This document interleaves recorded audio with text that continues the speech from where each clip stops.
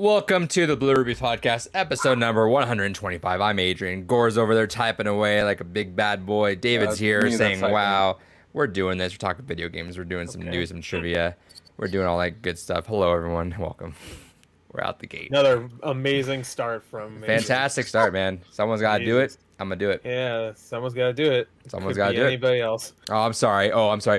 Hey, welcome everybody to another podcast. Oh, sorry. I'm Adrian, the movie guy. Hey, he's over here typing. Didn't know we were going to start because literally 2 seconds before he started, he went to go get water. I'm watching Apex Legends. I was all ready. I'm sorry. I have my drink. I got 2 drinks just in case I need them, so I don't need to keep going back and forth to the fucking kitchen. Sorry, I haven't played. Hey, you know what? I'm ready. Excuse the fuck out of me. He had to go fucking get his goddamn gallon of water and fucking go kiss his dog goodnight and shit. I haven't played I'm here doing this game before, but we're gonna react to it. He's staying here. He's good. He keep doing my intro, but at least I have an intro. Besides, hey guys, Blue Rupees. We got people that are literally their names are on the fucking screen, so I don't know why I'm introducing them. Because there's audio podcasts, which you can find no on. No one listens to the audio. No one. We have pretty good audio. If you watch, no, they don't. They're all in India. They can't understand us. India. They all think we're gonna give them rupee shit. Shut up, David.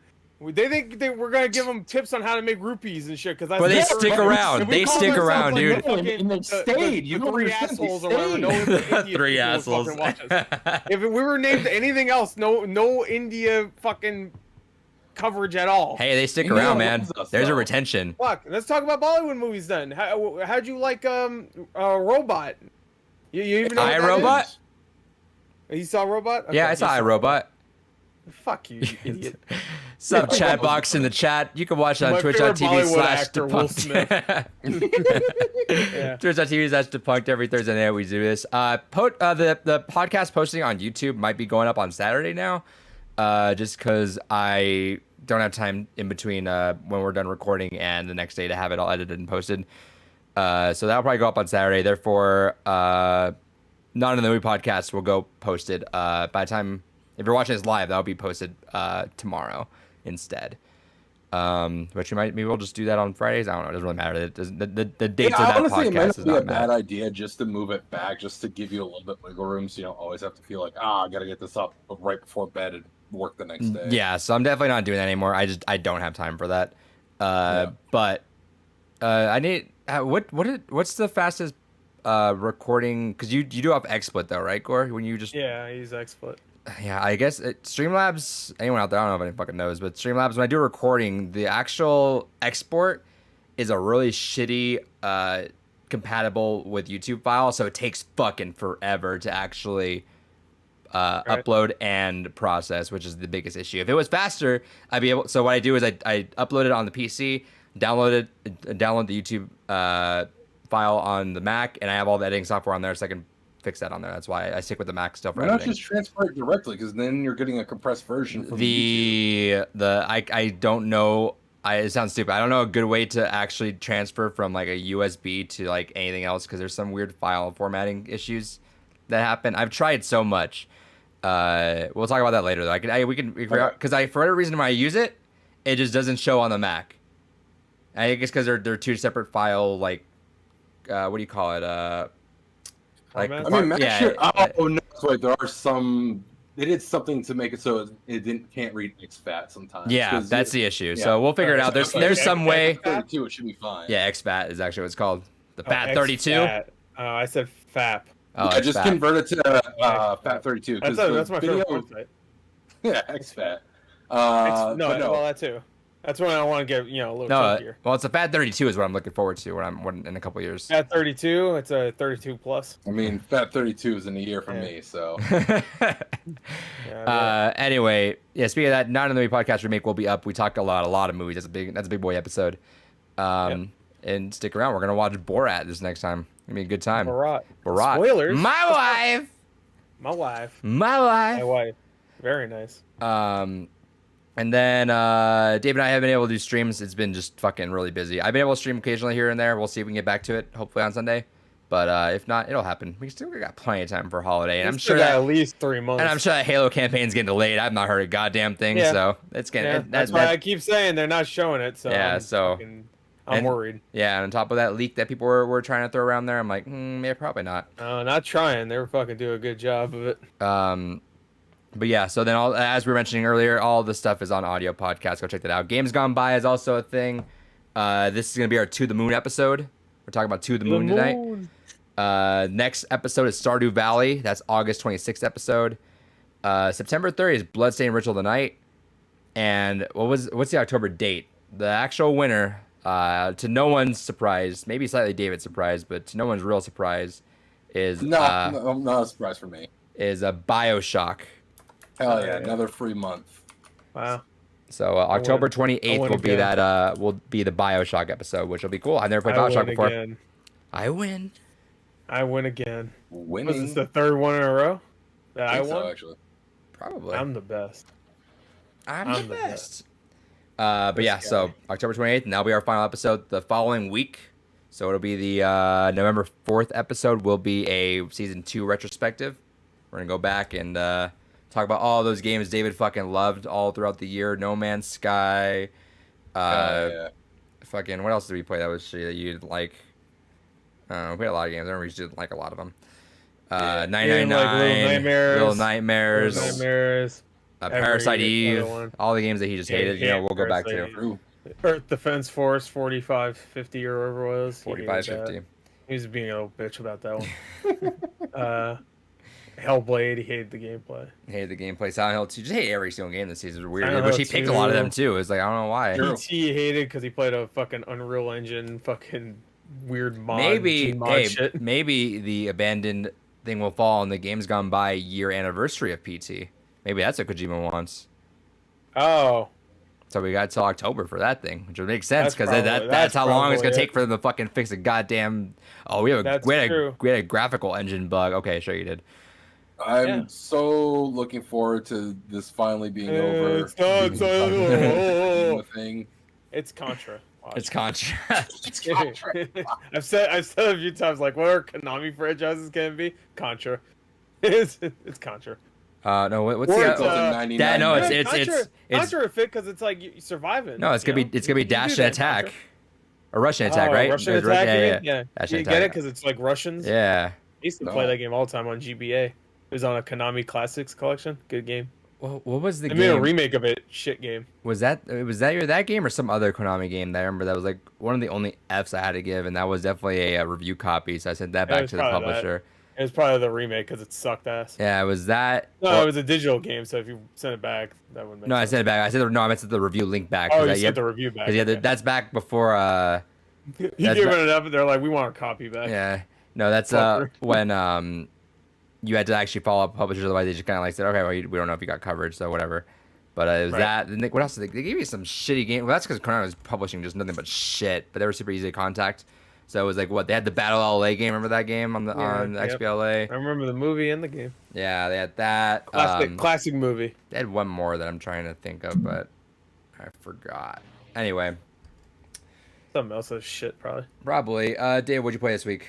They did Bionic Commando, right? Not Capcom. That was Capcom. Yep. Yeah. I played a bit of things this week. I went ahead and I played a bunch of Super Nintendo games. Played it through half of Super Punch-Out. Played through a good chunk of Mario World. Played through the little bit of the Gundam fighting game. Mobile Fighter V Gundam 1 there. Just had a little bit of a variety pack. Other than that, finished the Sky 6. Played a little bit more of the endgame content. I'm pretty much considering myself done with that at this point, though. That's it. I haven't had a ton of time for. And I halfway through Final Fantasy Adventure, the first Mana game. Hell yeah! Good shit, man. Yeah. I'm proud of you. Gore, then what'd you play? All right. Well, I played a bunch of Splitgate, the Portal Halo combo kind of FPS free-to-play game on consoles and PC. Super fun, very responsive.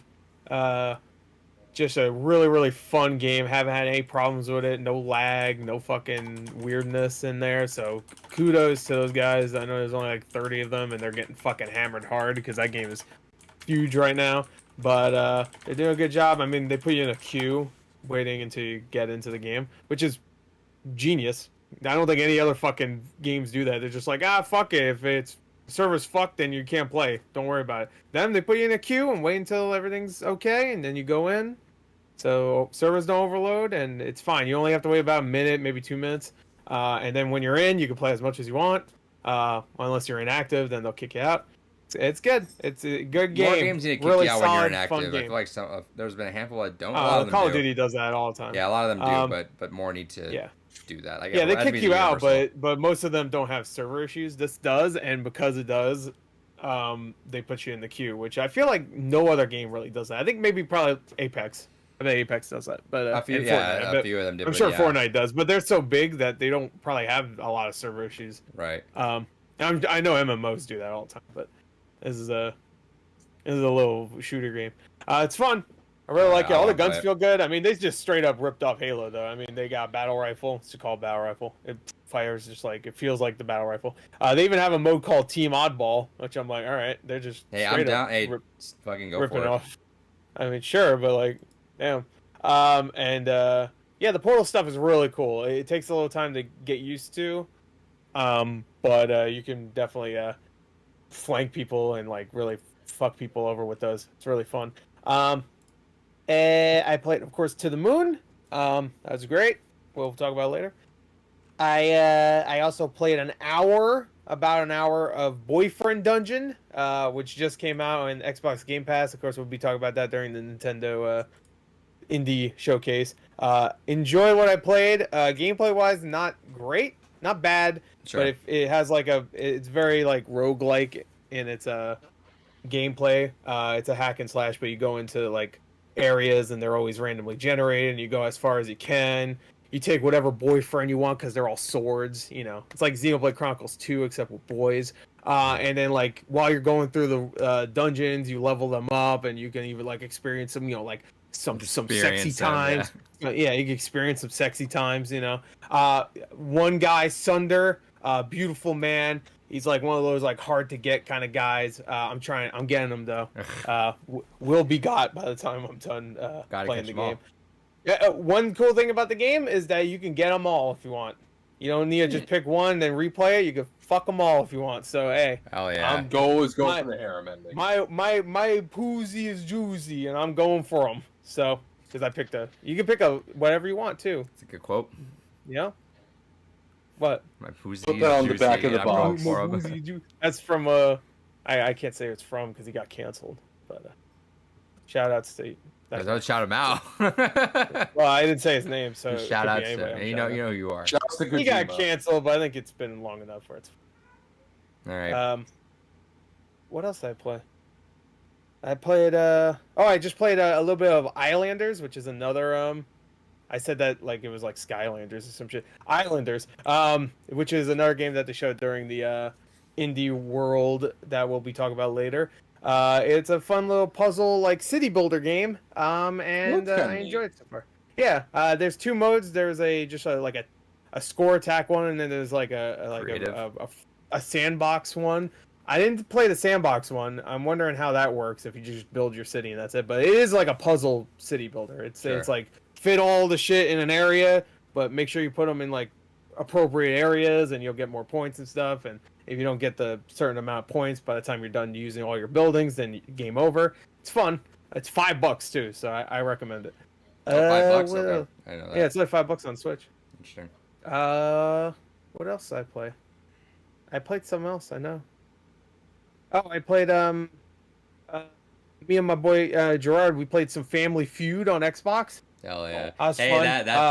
that fucking host is announcer. Yeah, everything's shit about that game, but it's Family Feud. It's fun. It's one of those games where it's like you play for just the gameplay and that is it. I just wish they just cut all the presentation out of it. I don't give a fuck at that point. It's so shit. Yeah, that'd be a more and make it more tolerable. That's for sure, because you can't skip some of that shit too, and it's just like this and fucking same fucking animation too. It's always the same shit too. Oh yeah, it's terrible. It's really shit. But it's fun. It's Family Feud. I don't know. There's times where I'm just like, what the fuck is the AI doing? Because I play against the AI with Gerard, and like they have it. They're gonna win, but they pass it to us. I'm like, all right, and then we win. It's like, all right, fuck yeah. This reminds me, it's a little off topic, but so school started, so I have my students in class. So yesterday we just did some icebreakers, just hung out for a bit. We were playing Harvey showed up. We were playing Uno. It reminds me of how there's I played Uno on cards all the time, and then we play on the Xbox version. You learn about the rules they have, like the stacking rule. The yeah. So I introduced them to the stacking rule and the +2, and boy, that fucks some people over. Just +2, +2, +2, and then just the end of it. And they're like, wait, what happens? It's like, oh, you got to draw 10, and you're skipped. Yeah. And there was one fucking deck where we pulled it out just so, like it's a school, so someone they just like had some stuff to borrow, and I guess one of the decks they had was customizable cards, so they had like blank wild cards with stuff that you could draw in the middle. Some of them was like hand swap or whatever, but one of them said draw 8, and I pulled that. I didn't know it was customizable. Pulled it out. I'm like, draw 8. The fuck? Why is there a draw 8 in the middle of this? Why does it look like a kid drew it? Just the creativity of some kids. Draw 4? No, draw 8. Why is draw spelled with a T? Oh boy, yeah, but no, the Family Feud game, it's fun. Same thing with all those other show games.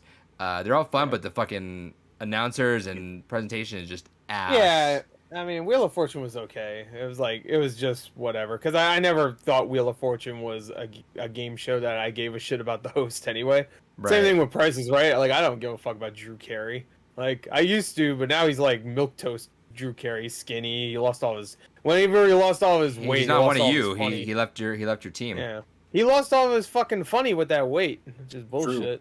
Yeah, now he's just like, hey, what's your name? It's also that spin that fucking wheel. No one can make fun of him anymore because that was the prime joke on his line. He used to do stand up. Like, what the fuck? What did he just say? Like, oh, look at my fucking tits. Like, what would he say? I don't remember stand up, so I don't know. But anyway, Whose Line? He was funny. Yeah, we need to go back and just watch some Whose Line episodes. That'd be a fun stream. I used to watch. Yeah, if we're allowed to. Drew Carey show was fun. Drew Carey show I like a lot. Fun. I love whenever they got people from Whose Line to go in that show. Yeah. Or the opposite. Yeah, like Ryan Stiles was always on there. He's actually a main character in it. Yeah. But anyway, that was good. No, good. That was good. Anything else? All right. I don't remember. I think I played something else, but fuck it. I guess not. Okay. I've played not too much. The usual stuff that I always do, but then also I booted up Stardew, did not get anywhere, just booted it up so I can at least have it like, all right, got my details now. Right when I turn the Switch on. I actually started up a new farm. Hell yeah. Yeah, I did too. I forgot to mention that in the games I played. So when I start up the Switch next time, it's gonna be already booted up right in the farm, so it's just get it started. So I'm gonna work on that. Been playing a little bit of other games here or there. I'll mention, I mentioned this before. It's Before Your Eyes, I believe, is the game. It's a game where you need a webcam and it tracks your blinking, and the blinking, if you blink, it skips part of the story. So you gotta like try to like hold like not blink. So you gotta watch the full story. It'll straight up just skip it. And you don't know if you're skipping like a couple seconds or a couple years in the story. Super interesting because I've been using that as like a lesson plan for a class. I thought that was kind of interesting. You just blink and someone gets shot. Like, what the fuck? Yeah, that's what happened in the end of Sopranos. That's true. Then you didn't hear it though, but spoilers by the way for 13-year-old fucking series finale. Yeah, that everyone knows. Yeah, that I know. Knows. I didn't even fucking watch the show. I knew about it even when I didn't watch it, and it's like when I was a kid too. Pretty much, it was like, oh, yeah, that's how it ended. Other stuff that I've been playing. I don't think I've been playing pretty much anything else. I've been just pretty much doing that. It was a busy week. Flint Andrews says, can you just put googly eyes on? On what? No. Because it does. Yeah. Maybe, I guess, but I mean. For what? The game, so you don't blink, so you just put googly eyes on. Oh yeah. Well, that'd be some shit tech if it can't tell. It makes you do a whole. It makes you do a whole calibration at the beginning, so it matches what you're. How about those googly eye ones that have springs so they come out? Can they track those? The ooga. It's like fucking going everywhere. It's like because you can't see the game either. Well, if you have googly eyes, you can't see the fucking game either, so you don't know what the hell's going on. No, it's called playing on hard mode. The kid. Just play the game without the fucking tracking on. So you can't. So you could just hit space bar. Or how about put a picture up in front of the camera, and it's just you with your eyes open, and then just play the fucking game. You can do it so that spacebar can control it instead. What? So you can just skip the fucking story as much as you want? Yeah, or you can let it sit so you don't have to actually. You can like let it progress, and then you hit space whenever. Stuff happens, but the kid tried to cheat the system because he got upset because he started blinking sometimes, and he's like, oh. Right. And so he just went like this, and would like go like that, and I'm like, you can't even see what's going on. Yeah, but also I'm assuming if it doesn't detect eyes, doesn't it just like it starts glitching out, so it starts like trying to figure out what's going on. Sounds like a hassle. Why don't you just play it? Why don't you just watch it? Well, what's the point of the eyes? Is it a big part of the story? Or is it just like a fun gimmick that just like it skips your shit? I haven't got to. We didn't play the whole way through because I kind of used it as a preview lesson because one of my kids was absent, so the other one was in. So I'm gonna run some tests on you and let's run through a couple games, see what you. Yeah, let's see what games. Let's see if you can keep your eyes open for 3 hours. Yeah, yeah. Someone walks in, they have that whole test where you just like do you see the tears? It's a fucking Clockwork Orange. Yeah. No, I just want to see what kind of because those kind of students are like they'll play Warzone, they'll play Fortnite, like they'll play all the battle royales, and a bunch of mobile stuff and all that. Wow. So I'm like, let me see if you guys will even enjoy stuff like this. Not that I'm like. Let me cleanse your fucking palates. Yeah, with some story games. With some good shit like God of War. Yeah, God of War, but the original. Where he uses women as door handles. I'm gonna give a quick shout out. Not door handles, door stoppers. While I'm here, I might want to get him on. God of War would not fly nowadays. It's upsetting. He only used a few women as door stoppers. Door it's handles. Not that big of a deal. That too. He probably did. I don't remember. A quick shout. Maybe I want to see if I can get this guy on the podcast one day so we can talk shop and Obama. It'd be a fun time. Yeah, so get Obama on the podcast. Barack Obama, come on to the podcast. Come on down. Talk about whatever your game. Yeah. I bet he's a big Madden fan. We'll talk about it. I don't want to talk about it. So there's this thing called Hey Listen Games, and it's compiled by a teacher that lives out in New York, and he actually has a bunch of like pre-made lesson plans involving video games. You can kind of go on here. So for example, Brothers is a game talking about death. You can go to lesson, and what's awesome here is spoilers. The fuck. I don't want him on there. I don't want him on here. He's gonna spoil the game. Let me. Sopranos is about subverting your expectations. Yeah. Like you get a black screen. That's all you get. Let me log in here real quick if I can and show you something that's cool on here. But yeah, no, he's had this. I'm trying to adapt. It's different with the curriculums and this is a lot more based towards high school.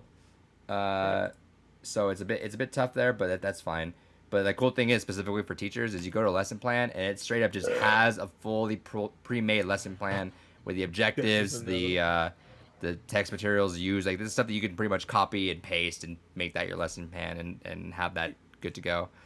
And you know what? It's funny that if you did teach this to students, they'd be able to comprehend the controls way better than fucking David did. Dumb fuck. Listen here. Yeah. Listen here what? Yourself. But I think go fuck yourself. I made a joke about it, but I believe like God of War. Fuck myself if you fuck yourself. God of War is one of the games he has listed how to build empathy. Gree is on here, the 5 stages of grief. Yep. That's why it's called Gree. Gree. Like they misspelled grief.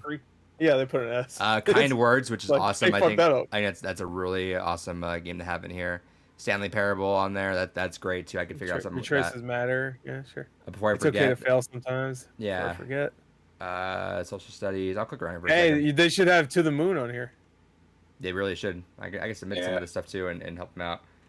Maybe it is. Go down. Like, comment, subscribe. Copyright strike really helps everyone out.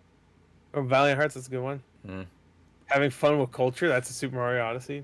I feel like Papers, Please should be one on. All right, Super Smash Brothers. I don't know what you can learn. Yeah. What can you learn from Super Smash Brothers? What the lesson plan was, because I was curious about that. It'd be more you'd be not more to get upset if your character's not in it. Analytical, so you'd be kind of actually deciphering like percentages people died at, and you chart them because it can kind of vary. You got if people die at like 2% because they messed up a jump, you could chart that as being the anomaly of a chart, or like that. So it works for math pretty well. Okay. I mean, I feel like that's all right. Fine. I mean, it's a stretch, but all right. I mean, some of them are gonna be stretches, right? But I mean, that's the cool thing. I feel like most of these you do learn things from that. Yeah. Like just playing the game, not even with a lesson, you'll learn something. Right, and like, but I could see what a lesson. I mean, what an actual lesson. The thing with a lot of this is you could just. The thing with even like English classes, you just bullshit. As long as you can talk like it, even you creative get around it, even Fortnite creative, I could see. Just right. I guess same thing with Minecraft creative. Yeah, get creative. This one was interesting. I mean, they already teach that in schools, right? This one I think there could be probably better lesson for because it's a museum tour you'd be running under. But I can see why, right? Minecraft is often used a lot for like. Minecraft I used. Is Assassin's Creed here? Because they just have that whole you can go through like the environments. No, actually, that'd be good. That's literally done for you. You don't even need to do anything. English I don't think the new one has that yet. The Batman the Telltale series is under here for a story that adapts to your choices. That's kind of neat. Before your eyes on author's purpose. That's what I was talking about. Like I was saying, what's their reasoning behind doing that? I feel like if you want a story that adapts to your choices better than, even though I know David hates it, but Detroit, those kind of games because they actually have like the actual real. Like we described it before was Telltale games are like coloring books where the lines are there, but you can color inside of it. Whereas those games like Detroit, it's gonna go all over the place. You can have a totally different fucking game. Cool. Flower, I'm gonna use too. I think that's gonna be good for that. Journey. Gone Home, that's a good one. Gone Home's a really good one. Yeah. I need to actually play through Night in the Woods. Life is Strange 1 is great. I don't know what you could teach. No, there is a lesson you could teach in Life. What Remains of Edith Finch would be a fucking incredible English high school class, because English high school was like the thing I always wanted to do. Like if I was in there, I would fucking rock with Edith Finch 100%. I think that's the way to go with that one. But shout outs, check it out. Halos and Games, sign up and you get the lesson plans. You can do all that. There's places to contact him. I'm gonna try to get him on the podcast one day. I haven't reached out to him yet. We follow each other on Twitter, so I'm like, maybe I'm gonna reach out soon. So that'd be a fun time. I'm gonna see when there's like a lull in like news and stuff and like game releases, which is not gonna happen soon. So probably sometime in the spring, maybe. But that'll probably happen. That'd be an interesting little way to do that. Anyway, get that out of here, Dave. What'd you play or what'd you buy? All right, so I got a lot of shit here. All right, so. I got a few import items here to go through, as well as a couple other bits of my collection. So really stoked. I managed to get a Japanese lot that insanely cheap for how much everything fucking actually individually goes for. But I got 2 of the Wizardry games. Hell yeah. The original Game Boy. Fucking stoked to have those in my collection. Sticking with the Game Boy stuff for a moment. Speaking of Final Fantasy Adventure, I got the original completed box of Seiken Densetsu. Just fucking sweet to have that. Then, I can't remember how to actually pronounce this one, but it is a Japanese RPG compilation on the Game Boy Color, which is kind of cool to have. Then on the Game Boy Advance, I got SDG Gundam Generation Advanced, which is kind of like the Robot Wars games, except specifically just Gundam, which is kind of cool to see. On the Game Gear, they got the second Magic Knight Rayearth game, another fun RPG based on the Magic Knight Rayearth series, fantastic series. Something that was really kind of cool to see. Normally, especially during this era, Famicom, NES, Super Nintendo, all that, all had like regular cardboard boxes, which were fucking stupid. But Namco, known as Namcot back then, something really cool where a lot of their Famicom games actually were in a hard plastic shell, which is really sweet. So I got Family Lap or something like that. It's like Family Racing something. So really neat little oddity to have in there. Got this initially just because I needed, again, working on getting my collection back in box complete. and decided to get an extra game while I was at it. But I got the Rare of Replay and Gears of War Ultimate Edition combo pack. So I now have Rare of Replay in box again, which I'm excited about. Speaking of that trend, I originally just paid to get the box and manual, but the dude forgot the game in there apparently as well, so I got the game for free. But Super Smash Bros. Wii U. Oh yeah. So fucking stoked to have that completed box again. Give me 1 second, David. Hold on. Yeah, shut up. Shut my asshole open. 1 second, podcast listeners. All right, 1 second. Okay. Let me see. Yeah. There's a crackle on my end. No, I think it's still here, probably actually. Okay, cool. That works out. I don't hear it. There's an audio crackle on my end. I'm not sure if they can hear that on their end. I'm hoping not. I can't hear it. Okay, so hopefully... I can't hear any kind of crackle on this end. Okay, so maybe it's not. So hopefully not. If anyone ever hears a crackle, let me know. I'll see if I can fix that, but otherwise I rebooted the software. All right, cool. Vine says you can't hear it. Cool, good. I don't care about the crackle on my end. Then let's keep going. What else you got? All right. So let me see. Is there any of the other ones that I got just to have? Thank you, Vine, by the way. Again. Yes. This one, Armageddon, PS4 console exclusive game. Very short-lived game. I was excited because it combined RTSs and trading card games. Online servers lasted all of like a couple months. They made a Steam version and it shut down. So I had purchased this game sealed so I could just have a sealed copy and have a completed box again. But the fucker wrapped it so tightly that when I tried to carefully open up the package, I ripped the seal on the fucking thing anyways. So a little pissed about that, but at least it's completed box again. The rest of these are all just other kind of interesting oddities I got along the way. One of my favorite PS2 games is Cold Winter. Absolutely love that game. And I didn't realize it had a pre-order bonus back in the day until I found the pre-order bonus disc for it for a couple bucks on eBay. So I snagged that up. Really excited to have that oddity in my collection. Cold Winter's a good game. Cold Winter's a fantastic game. I absolutely love that. Really violent. Really violent. Really annoying at startup because every time, remember how like they used to have like unskippable shit in the very beginning and they would like throw a lot of stuff out there. One of the things that always made me crack up was whenever the game loaded up, instead of just flashing the rating of the game would hard stop, show you in the M rating, and then go rated M for mature. Wait a little bit, and then go to the actual fucking game after that. Like, thank you. I didn't notice anything on the packaging about that M rating. Oh, well, I just want to make sure. Fair enough, I guess. Yeah, speaking of M ratings, Unreal Tournament on PlayStation 2. Got that for $1. Fucking stoked about that. Fuck a buck. Gonna be going on vacation next week with the fiance. Meet up with a couple of our friends there. So I wanted to go ahead and get some more party games for the Switch and grab Monster Prom XXL. Oh, yeah. Played it before on PC and actually kind of like it. I think it's a fun drinking game, honestly. Nice. I bought that not long ago. I played a little bit of that on Switch. Nice. It's cute. Yeah, I think it's a pretty fun adventure. Then I got this because I like being sad and I hate life, and this has been on my to-do list ever since I started getting into visual novels. But I managed to track down a copy of this for a fair price. Clanad on Switch. Clan-ass. Hi, Sammy. Clan-ass. I've seen Clanad like everywhere. Are they making a new one or something? I wish I knew I got that game. I would have bought a copy of that because I'm okay. It's all little. You can still get the Japanese one for like $50-$60, and it has the English options. No, I have it on PC, but I would like a rare Switch copy. Fair.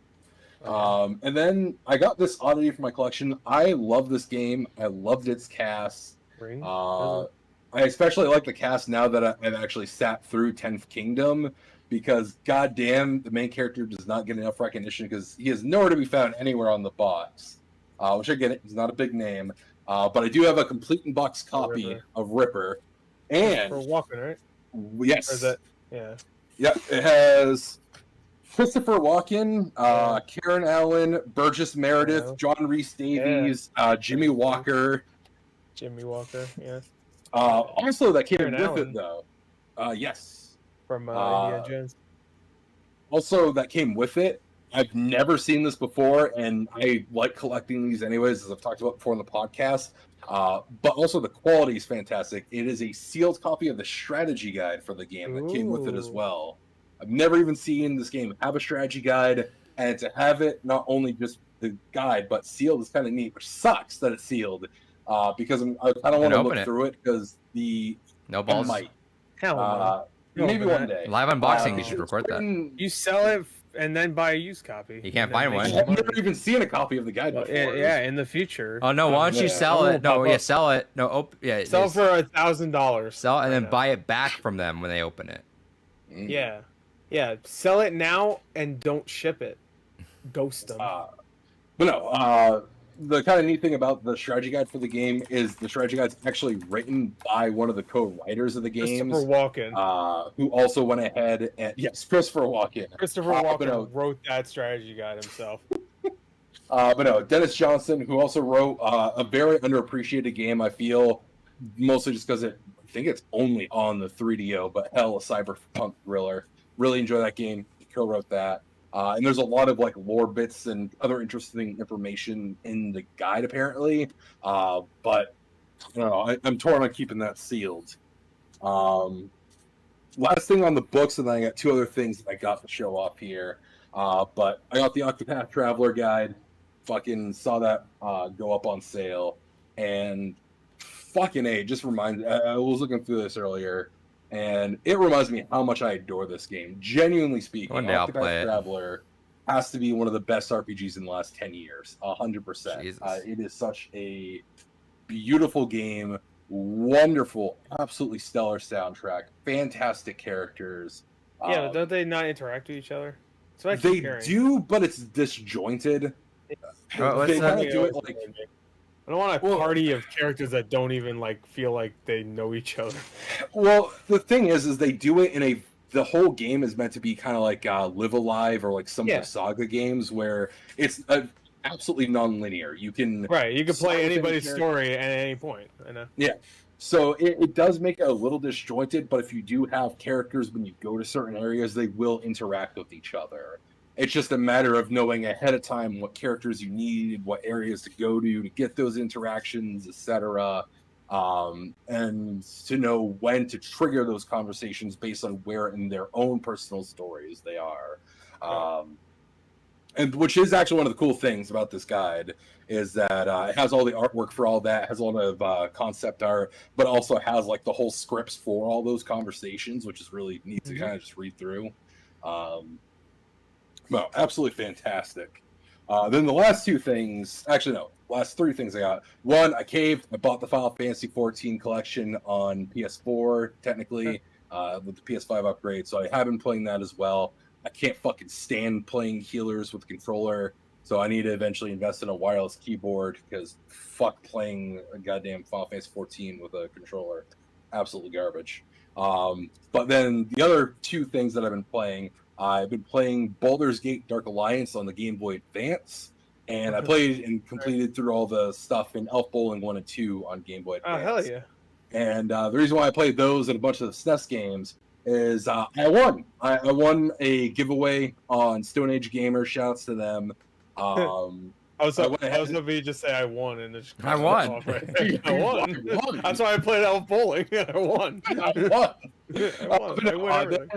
They do a monthly contest. You go ahead, you leave a review of a product you bought from them.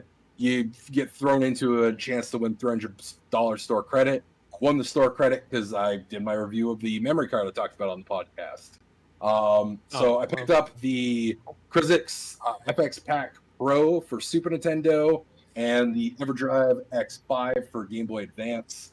I'm still waiting for my goddamn Game Boy Advance player to come in for my GameCube. I finally caved and got an orange one to match my orange GameCube. So I'll now have when did you buy that? GameCube set. Huh? When did you buy that? When did I buy the Game Boy player? Yeah. I ordered that like a week ago. Okay, I saw one just go up recently, so I wasn't sure if you grabbed that one. Gotcha. No, this was like a week ago, and it was like $50. So like, jealous of that fucking GameCube still. I should have just grabbed it. I know you didn't even want it either. I'm like, I didn't have money for it. Like, I don't know. I'll throw in literally what they're asking for. Wait, no one's bidding on this. I I would have fucking bought that if I had another chance. The same thing happened with me in that Mega Man and Fighter Battle, whatever game it was. Yeah. That's a rare game, so fuck it. Fair. But no, so I picked these up. Oh, and I got HD Retrovision component cables. I'm not going to unplug them from the Super Nintendo. That's a pain in the ass. But absolutely fantastic. I've been playing with my Game Boy Advance quite a bit, and it made me realize how much I hate not having a Game Boy Advance SP. Because, man, that backlight is a fucking lifesaver. So I think I'm actually going to go ahead and get a backlight mod for my Game Boy Advance, as well as get like a USB-C charging kit, so I can go ahead and slot that in my Game Boy Advance. To me. My buddy actually customizes GBAs, and they look really fucking nice. They're actually a pretty simple mod to do. I know you could do it, but I mean the way he does it, and he actually like tints the shells and everything, dude, so they look really fucking good. If you're interested, let me know. I'll send you pictures of it. But he also, he has a new screen on there and everything too. Gotcha. Yeah, send me pictures. Might be curious, but they're simple enough that even I can do them. You replace the screen too? Yeah. Okay. Yeah, I'm doing the whole thing. Backlight mod. He's not into what you're selling. All right. Selling him. He could do it. He's a grown man. He could switch his shit. Or I forgot what he was even talking about. Sammy in the chat says. The only thing that would normally stop me is soldering, which I'm starting to learn, but the IPS backlight that I'm putting in doesn't require any soldering, so it's no issue there. Sammy in the chat says, I got Mario Party. I haven't played it yet though. Which one? Good. You still have friends then. Yeah, I play the online one still of this one. Yeah. Well, you could scream. Well, we gotta actually eventually plan out now that we all have PCs. We gotta do Pummel Party and Orange Juice. Oh yeah, probably for Extra Life or something. Yeah, sure. Extra Life is gonna be fucking wild this year, dude. We're gonna have all those games. Franchise? No. Oh. But they're both really aggravating Mario Party clones. Oh, so they're perfect. Mario Party clones. Yeah. And by Extra Life, we'll also have whatever Mario Party is called. I forget what it's called, right? Super Mario Superstars, Mario Party Superstars, Superstars. Why don't we make Extra Life all that? We'll just play all the Mario Party clones. Fuck it. Oh, cool. We'll play Mario Stars, whatever the fuck the new one's called. Sammy goes, I have online friends. Well, you won't after you play Mario Party with them. Well, yeah. Wait, which Mario Party do they have? I think it's the Switch one. The newer one? Yeah. It's not bad. That one's not bad. If you want to go to the older ones, you want to play like they put the boards in it now. Play 2 through 8. That's when you'll get mad. Anyway, Gore, what'd you get? Oh yeah. All right. Well, I got. Well, we'll do this one later. Obviously, David got me something. I gotta do it. Oh yeah. I got a couple that books. Dragon dildo. Yes, I can't wait. Well, it's really small for a dragon dildo. I don't know if that's gonna help. But it's one of the dog ones. Don't worry about it. But it's not dragon then. It's a company. Yeah, what the fuck though? Well, that's false advertising. I want a dragon dick. Anyway, I got this Princess Mononoke art book. I saw it on Amazon. It was $15. I was like, fuck it, I want it. That's my favorite Ghibli film. I got one of the Berserk graphic novel thingies. This is number 2. Number 1 hasn't shipped yet, so I got that. Just read that one. Fuck it. Yeah, I mean, I've watched the anime movie, so I know. That's good enough. Yeah. Yeah, man. Fucking, there's a lot of murder. A lot of murder. There's a lot of depression. That's it. That's all the. Sounds like Weasel encompassed in a book. Weasel, my man. Murder and depression. Murder and depression and fucking. Sammy goes, if you got a Dragon Dildo before me, I'm gonna get mad. Oh, I already have a collection. Sorry. Just if you pan the camera just a couple inches to the other side. Couple? Excuse me? It's right off frame. Hey, don't teach your daddy how to fuck. That's all I'm saying. And yes, right? He is indeed wearing a Silent Hill shirt. Pyramid Head. Rep. Look at those abs, dude. Yeah, I know. You want to see him? Yeah, got him. Yeah, he's a beefy boy. They don't fuck around. Hey, you know what? That's the one thing in the Silent Hill movie. I like that movie, but the one thing no one can talk shit about that movie when it comes to Pyramid Head, because they got a ripped boy for that. Even though I almost want to say in that movie they use like prosthetics to make him look ripped. I could be wrong. I think I saw behind the scenes. I almost want to say in the behind the scenes they use prosthetics to make them look ripped. That scene was Pyramid Head was like scare everyone. It just turns everyone on, man. Yeah. Well, yeah. Anyway. No, I see no wrong things. One day, I detect no lies. Dude, one day, if I was ever like really good at cosplaying, I know it's like overdone, it's not original, but I would love to just like make a Pyramid Head costume. I think that'd be fucking sick. It's not actually that overdone because I think it's really hard to fucking maneuver through a Comic Con or the giant pyramid head. Well, and then you gotta get the sword too. I think most cons wouldn't let you have the sword at this point anymore. Yeah, probably not unless it's like really fucking fake looking. Like it's like a cardboard. Yeah, it's not even like spray painted. Like the couple costumes when the couples go in on the Pyramid Head, like the couple costumes, they look fucking really good. Oh no, the mannequin. Oh no, you don't want to see what they do. Oh, no. Sammy goes literally just a daddy dom. That's what Pyramid Head is. He's daddy. It's true. Daddy dominant. That's Daddy Dominant. That's my stripper name, Daddy Dominant. That's your stripper name? Yeah. What are you gonna do? Strip. Dominate the pole, I guess. All right. Anyway, I forgot the show. Yeah, well, you're a stripper. One thing I forgot to show last week. I'm really upset. I know I didn't, but I'm here to rectify it. I got Pac-Man. Hell yeah. There he is. The boy. Shout out, man. Speaking of Daddy Dominant, right here. Yeah, that's the real daddy. This is what he looks like when he's done banging your wife. Gives a thumbs up. And then he leaves. And he pops that cherry. Yeah, that guy is so daddy. And he was a ghost too. He pops a baby in you and leaves. That's the real dad. Yeah. Hell yeah. And then he does this. That's what he does. He does one of those like Looney Tunes like things where he goes.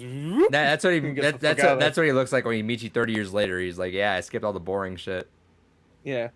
So anyway, this is I forgot what these are called. I forgot what Amiibo. An Android. I think maybe Figma. Yeah. I can't remember. Anyway, It was only $20 on Amazon. Hell yeah. He's not too big, but he looks great, and I need to get him. So, and it came with the cherry and the don't fucking fall and the ghost. Hell yeah. There you go. Hell yeah. And another face. Here's another face. Wait, hold on. Here's another face. There you go. That's a boring face. I like the winky face. How do those work? I always see those. I just never understand. I'm assuming they just have the pop out clasp, right? There you go. That's what inside of Pac-Man looks like. That's what happens if he was in Suicide Squad. Yeah, that's the Blackguard, wherever his name was. There you go. Yeah, no, that doesn't look as good. Yeah, he's got a wink. Get this shit out of here. Hell yeah. Hell yeah. Hell yeah. Anyway, so I had to get that. He's nice looking. He's a good boy. The Pac boy. So I went to a convention a few days ago. I got some stuff. It was fun. Eternal but Con, the only things I wanted. Yeah, shout outs to Eternal Con. That's the one. Wait, was that the one that we went to? Yeah. They just delayed it. It happens in August now. Yeah, I mean, I don't know. Usually around this time is when another convention happens that I used to go to also, called the Long Island Retro Gaming Expo. I was talking and you interrupted me. What the fuck? But I used to go to another one, but Eternal Con happened today. Or not today, this week. But the only thing I want to show is I got these really cool keychains. This is a Zero Escape one. Hell yeah. Virtue's Last Reward. If it fucking focuses, I don't know if you can see it better, but it actually flips, so it has the Zero Time Dilemma versions. Oh, that's cool. Of the same characters, kind of. You play the games, you know. You know. Chrono Trigger. Only thing upsetting about this, these are really good, but this one doesn't have Robot on it, so. Unfortunate. Lame. Unfortunate. Robot. Robo's in the Olympic theme, but not on that keychain. Yeah, really upsetting the Infiz Essen. But a frog's in it, so yeah, that's cool. And I got some games. I forgot I actually pre-ordered this, honestly. I got the Ape Out Special Reserve. Hell yeah. Which also came with, good, though. Yeah, it comes with a Steelbook. Steelbook is nice. And the Steelbook actually has the name on it, which is nice. Thank God. It also came with some stickers for Special Reserve. So, cool. Good job. Thank you. They have really good presentations on their shit. Yeah, they do. Every one of their games, unless they say otherwise, comes in an outer box. And they always add additional stuff. So the Steelbook's nice. This I'm a little disappointed in. I bought this on Best Buy because I thought it would be the actual day one edition. It wasn't, so I might return this. It's the Robotic Notes Elite Dash double pack. So I'm considering returning it. because I want to get the one with the outer box and all the shit, but I don't know. I might just keep it because I do want to play Steins Gate eventually. So, and I know that's like a side thing. Best Buy's been doing like the $10 games every day, so I picked up a couple of those. Overcooked, all you can eat edition. This one has like a fucked up seal. Like, Ew. I don't know. I'm probably opening it anyway. So it doesn't matter. But, $10? Oh hell yeah. Rainbow Six Siege, even though I had that on PS5 already, I got it on Series X because I don't have it. I have, yeah, of course. I have Rainbow Six, but I don't have this version, so fuck it. And I decided to get this because I know eventually it's gonna go off Game Pass, and I'd rather play it on Xbox. So I got the Dragon Quest 11. What the fuck is it called? Echoes of Elusive Age Definitive. Yeah, I'm always tempted by it, but I got it on Switch, and that's fine. Yeah, but I'd rather play it on real. Xbox. Yeah, because I'm not gonna play no 100-hour RPG on my fucking Switch. And the last thing I actually got this a little while ago, so I might have shown this, but I got a really good deal on this. Attack on Titan 2 Final Battle. Hell yeah! How much was it? $60. Shit, how much is it now? I think everybody that's selling this has been selling the fucking the Peggy version and the fucking other one, the Japanese version. And they've been selling those for like 80, 90. This one, the last one, I think sold for like 150. So hell yeah. Keeping this because I am going to watch Attack on Titan eventually, and then I'll play that. Yeah. Because I actually like the first game. The first game was pretty good. Last. All right, good. No, I am so upset because I saw those when those were on Best Buy and I bought one copy, but it's still, I don't think it's not sealed. It's cellophaned, but it doesn't have the, because like that. All right. Well, I mean, it doesn't have now I hear the crackle. By the way. You hear it? I heard a little bit there. Okay. Anyone in the chat, if you guys hear crackles, let me know. I'm hearing it. Now, maybe I just didn't notice it before, but now I hear maybe, it. But it doesn't have the Xbox seal on the side, so. Right. Whatever. That sucks. That sucks. Anyway, should I open this in a different segment? Because you want to show what you got. Well, this might take a little while. So, do you want to show yours and then I do it after yours? I don't care. All right. All right. David sent me something for my birthday. Thank you, David. Hell yeah. I can't read what the fuck any of this says. It's from Russia with love. I know it's from Russia. That I can tell, but I can't even see it. It says where it's from. I can't get a hint exactly where it's from. So it's from Russia, the motherland. You know, Prussia with love. Anyway, let's see what the hell David got me here. I'm sure it's gonna be hilarious. I hope it's a hentai game. I hope it's a dragon dildo. We're hyping that up. Well, that's a flat ass dragon dildo. I'm a little upset if it is because it got crushed. Where's my knife? All right. Let's see. My dick got crushed. Where's my knife? There you go.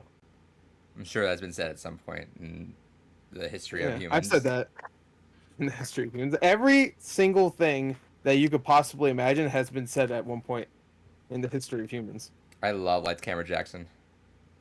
No, never mind. Already disproved that. Well, his mom probably said that. Even that. Not even she's like, the fuck? Yeah. Maybe she said I like him. Yeah, a bit, but just stopped. His existence during the holidays. What the fuck is with this box? Why is it like That's a special weird. one? Okay. What's weird? I love the build up to this. That cracker.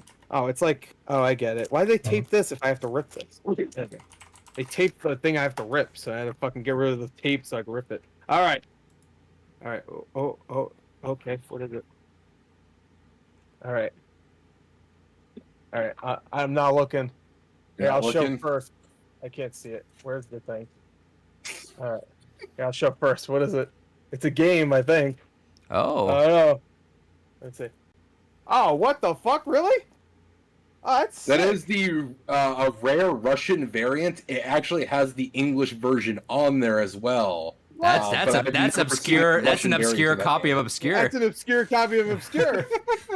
Oh, that's great. I thought it was gonna be like some weird hentai shit. It might be. Yeah, he is to check it. Hell yeah. It happened to be on eBay as we were all doing that. Hey, let's go ahead and list our Grail games, and I saw obscure. I'm like, oh, interesting. I'm curious. So I went scrolling through. I'm like, I've never seen a Russian copy of this game before, and it does have the English version. So fuck it. Hell yeah. Thank you. That's awesome. Blue case. Fuck yeah. I can't read it. Is it in Russian? Oh, I like it. I like it in Russian. It has the Sum 41 song that's in here. So I don't know what it says, but I don't remember the song either. That's cool. Thank you. I do need that on my PS2. I love how big the fucking PlayStation 2 logo is on there. Look how fucking giant that is. It looks fake. You're fake. It's a real disc. You want to see it, fucker? Oh, that's like mint too. Yeah. Hell yeah. All you really need to play that is just if you get yourself a free McBoot, you'll be able to play the original disc right off the PS2. Cool. That's awesome. Thank you. Really. No problem. I can't read it. It's fucking Can't read. Russian or something. It's all on fucking moon rings. Yeah, it's just like moon language. What is this? Can't that what? That's just a bat. How come it has like 2 words? Oh, maybe it's a baseball bat. Okay.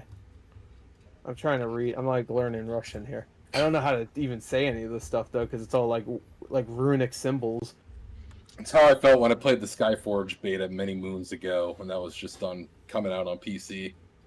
How do you pronounce this? Like this A, except it looks funky. Ah. Is there an A? Ong. Ong?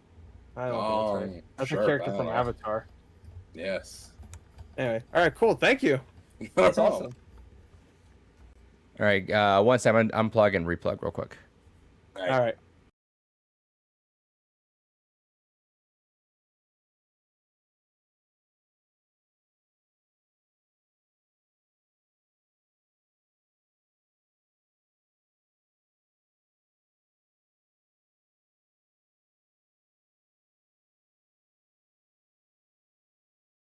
Don't fuck around, man. I can officially say I have Obscure on PS2.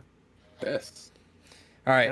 Let's see. I didn't have too much. I mean, about digital stuff. I got Boyfriend. Was it Boyfriend Dungeon? I bought. What else did I buy on there? Oh, I thought you said you got a boyfriend. I got Necro Barista. Yeah, I want to get that. That looked interesting. Yeah. Yeah, I heard it was really good when it first came out. Yeah. So let's see. I got that Overcooked.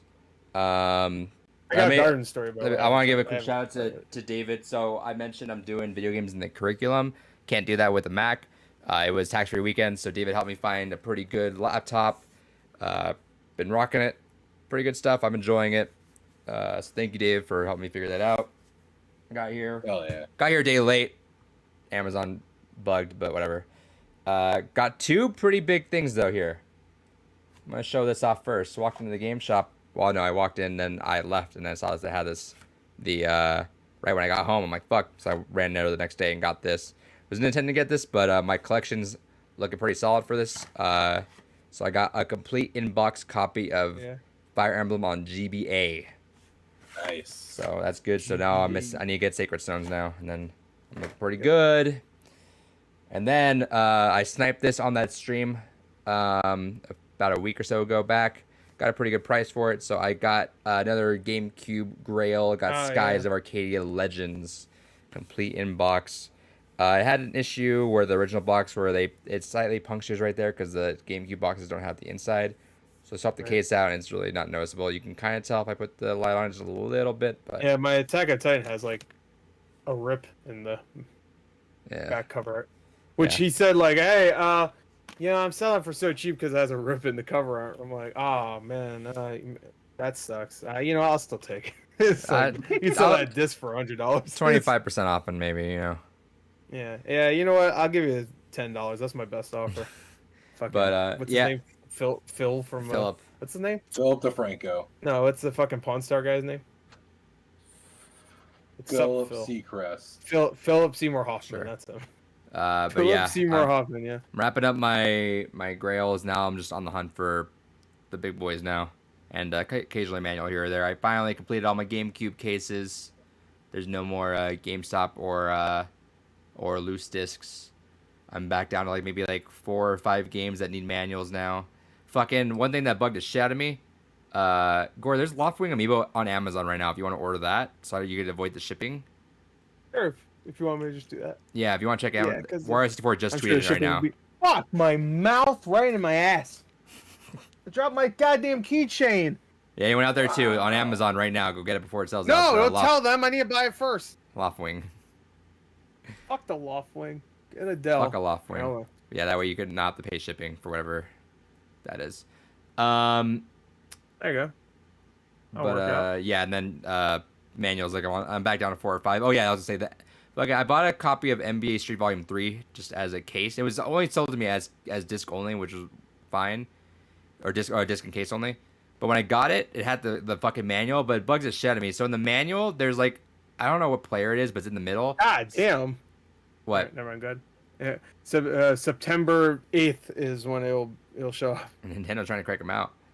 Yeah. But they cut out the fucking player in the GameCube manual, so there's a giant just hole in the front cover of the GameCube manual, and I'm like, that just bugs me. It's not mine. For what game? I didn't hear. NBA Street Volume 3. There's like some basketball player that's in the middle of the GameCube manual, and they just like cut it out, probably presumably like to put put him on like a sticker or something. But it was like, that's dumb. Yeah. But yeah, so I'm getting close to wrapping up all the manuals. David threw away his boxes when he was a kid, so we all do stupid shit. And in a fucking dump somewhere, there's like half degraded boxes of really valuable games. Sammy asks, how would someone fuck their mouth into their ass? Carefully. What are you talking about? Who would say that? Who would say that? The look of disgust on Gore. When I drop the keychain, I say words. Anyway. Fuck? I hang them up here, but you guys can't. Well, you can see this one. My webcam is so shit, you'll never be able to tell what the fuck. Time for trivia. Is. Oh, actually, before you get started, that's fuck it, drop it. That's a new pickup. I got a new notebook. Hell yeah! I didn't want to spoil it, so yeah. All right. Anyway, first question. You guys ready? Yes. No, he's not ready. He didn't see. There you go. Now he's ready. This big ass fucking thing. Question 1. Yep, I'm ready. Who is the playable character of the Shadow Warrior series? Oh. David's already. If Gore gets it, we'll do another one. Pretty sure I have it. Actually, I'm like 95% sure I'm right. I think he got it too. He knows. Sammy says Sammy says you totally said it, Gore. Don't deny it. I what? And say what? What are you talking about? What are you talking about? Fuck my own mouth and my ass? Doesn't make any sense. All right, on 3. 1, 2, 3. Jesus Christ. What King Candy? Does that say? Yeah. King Gore got it. It's Lo Wang. It's Lo Wang. We'll do one more. Yeah, I want to do more. King Candy. That's Candyland. What the fuck? You're Candyland. Okay. And the other thing. Next question. In Shadows of the Damned. Yes. Which food is revealed to be a favorite of the demons? That I do not remember. I did play this game, but it's been a long time, and I do remember that.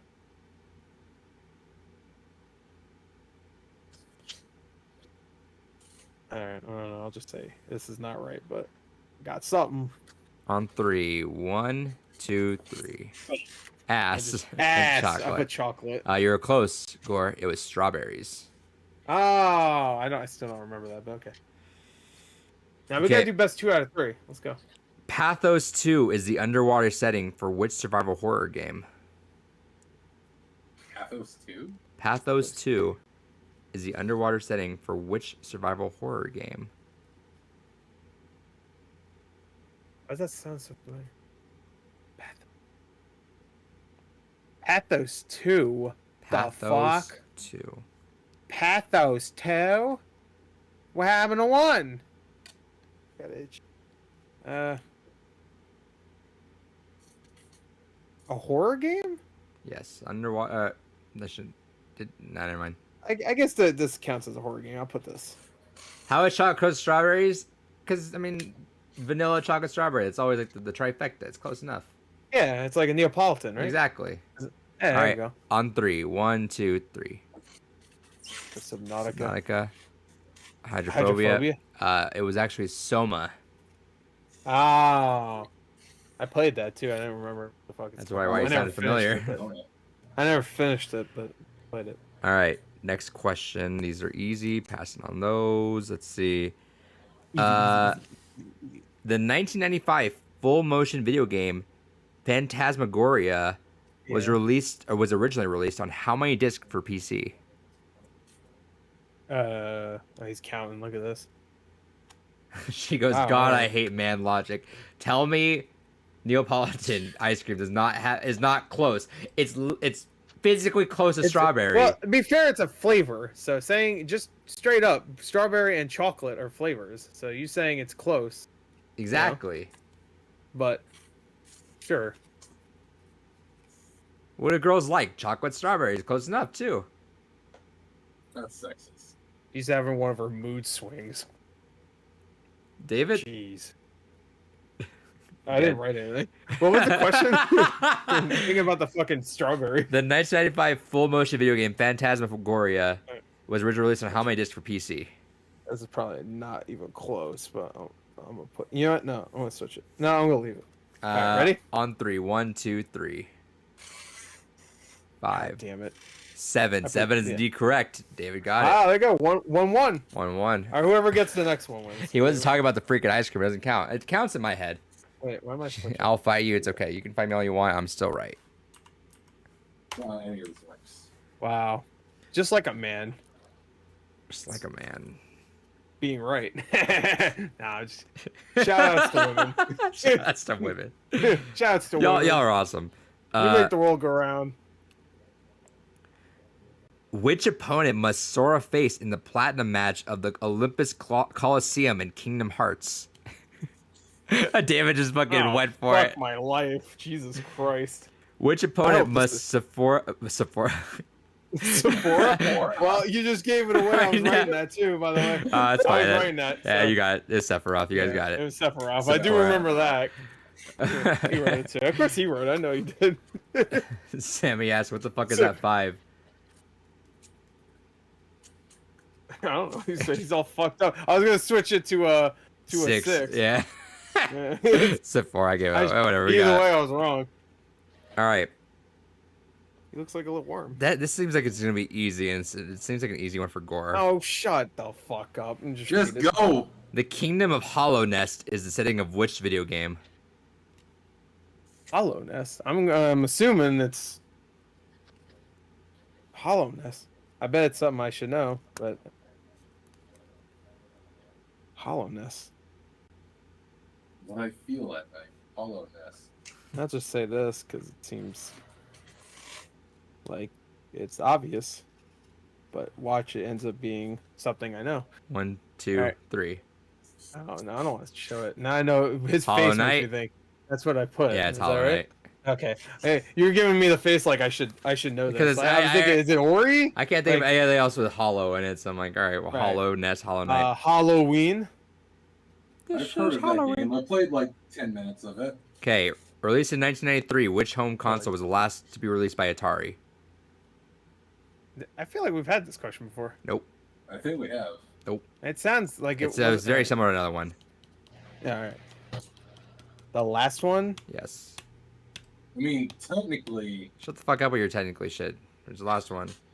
Well, Oh, I like you saying technically, like... In Turkey, the Atari 99,000 was released as a limited beta. Wow. The add-on component to that as well. Which home console was the last A big to be ass released? board is blocking the fucking microphone. You should just stuck with a goddamn book. All right. Fuck you. On 3. 1, 2, 3.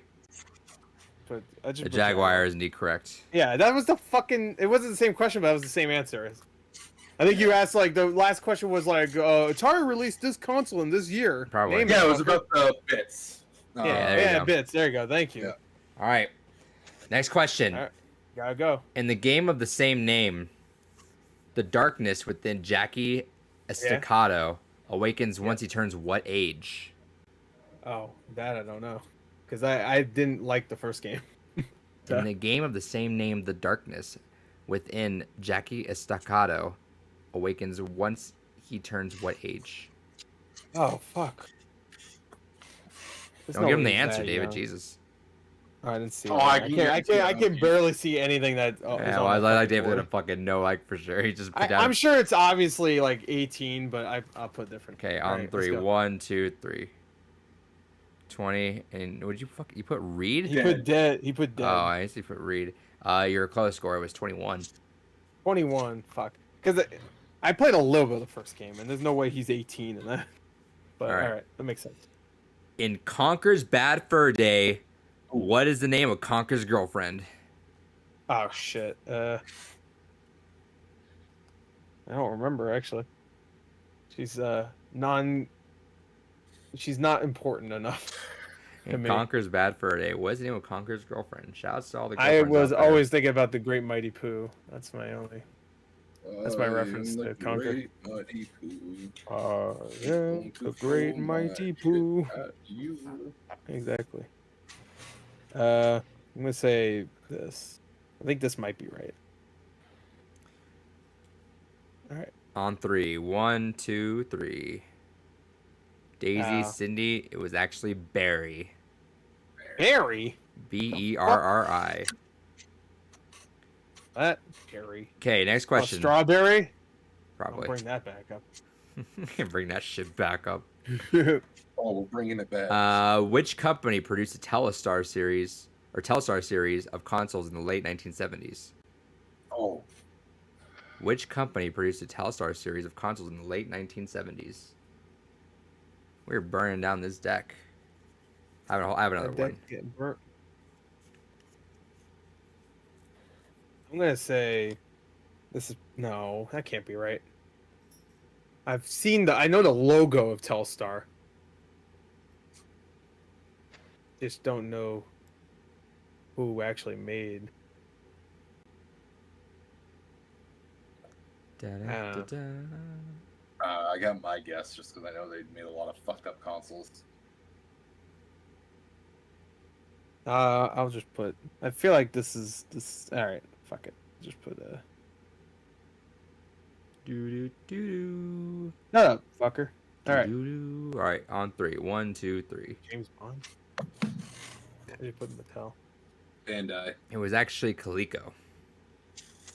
Whatever. Next question. Next page already. Fuck. The Typhon are a hostile alien race in which video game? Oh, that one I know. Sorry, David. Went through all that for nothing. Unless there's another enemy named Titan. You might know. Typhon. Let's see. Typhon? Typhon. Typhon. The Typhon are a hostile alien race in which video game? Think reboots of games. Don't give it hints. We're already way deep in this For trivia. the last few. Well, but if he gets it and I get it, then we both win. On 3, right? David? Yeah. 1, 2, 3.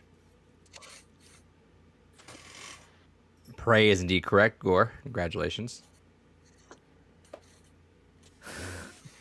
Thank you. The points, I gave you guys each a point for each correct one. So Gore got 2 that round. David got 1. So yeah, David, good point. That's Gore, like in a like a multiplayer game when you don't get a lot of points for a long time and then you finally get one and it like says comeback or whatever. Like Halo has that. Call of Duty has that too. So you got comeback. Exactly. So Gore, you're at 17. David, you're at 5 1/3. Hell yeah.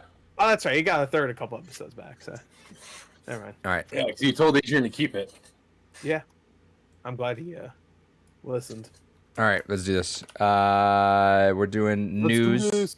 We're doing the Indie World Showcase, Banger Showcase. I thought it was fun. That was great.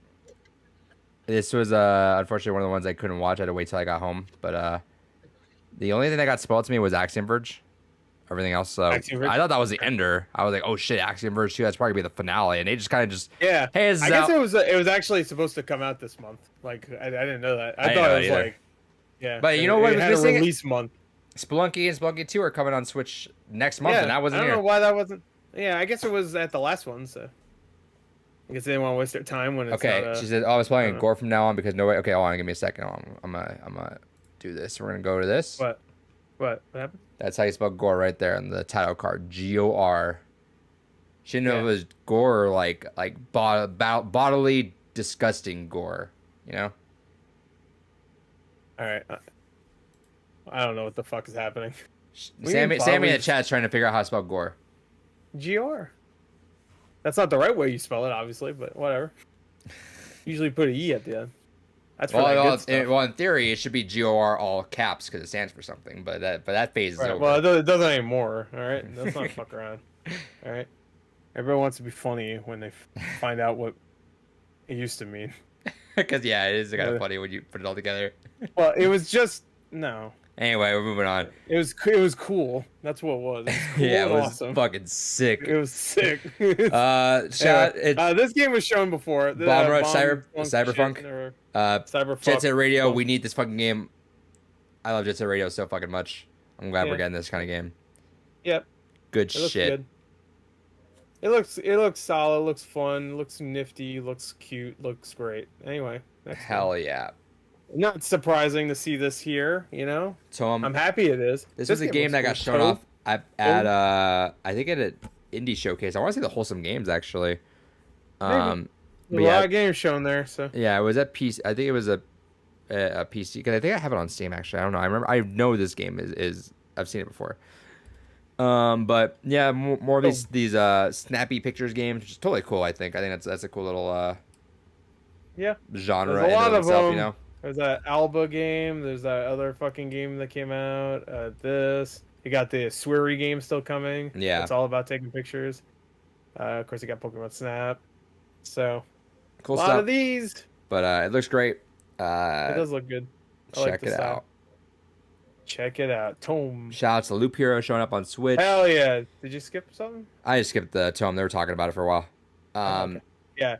Loop Hero, really fun game. Didn't really go back to it. I honestly, thinking about it, it is a game that I rather play on PC. I was originally gonna wait for Switch, but then I looked at it. I'm like, this is a PC ass game. Yeah, so it's a PC game. Out of quick curiosity, because I love the aesthetic of this game. Is it something I'd actually card-based roguelike? How's that gone for you? Well, I mean, but it's not like a. Well, is it just a roguelike or is it just like the gameplay? Yeah, roguelike. You're not gonna. Well, okay, but this is like a different type of roguelike because because it's like that's why I was kind of curious because I think you should give it a shot, but go in knowing it's a roguelike.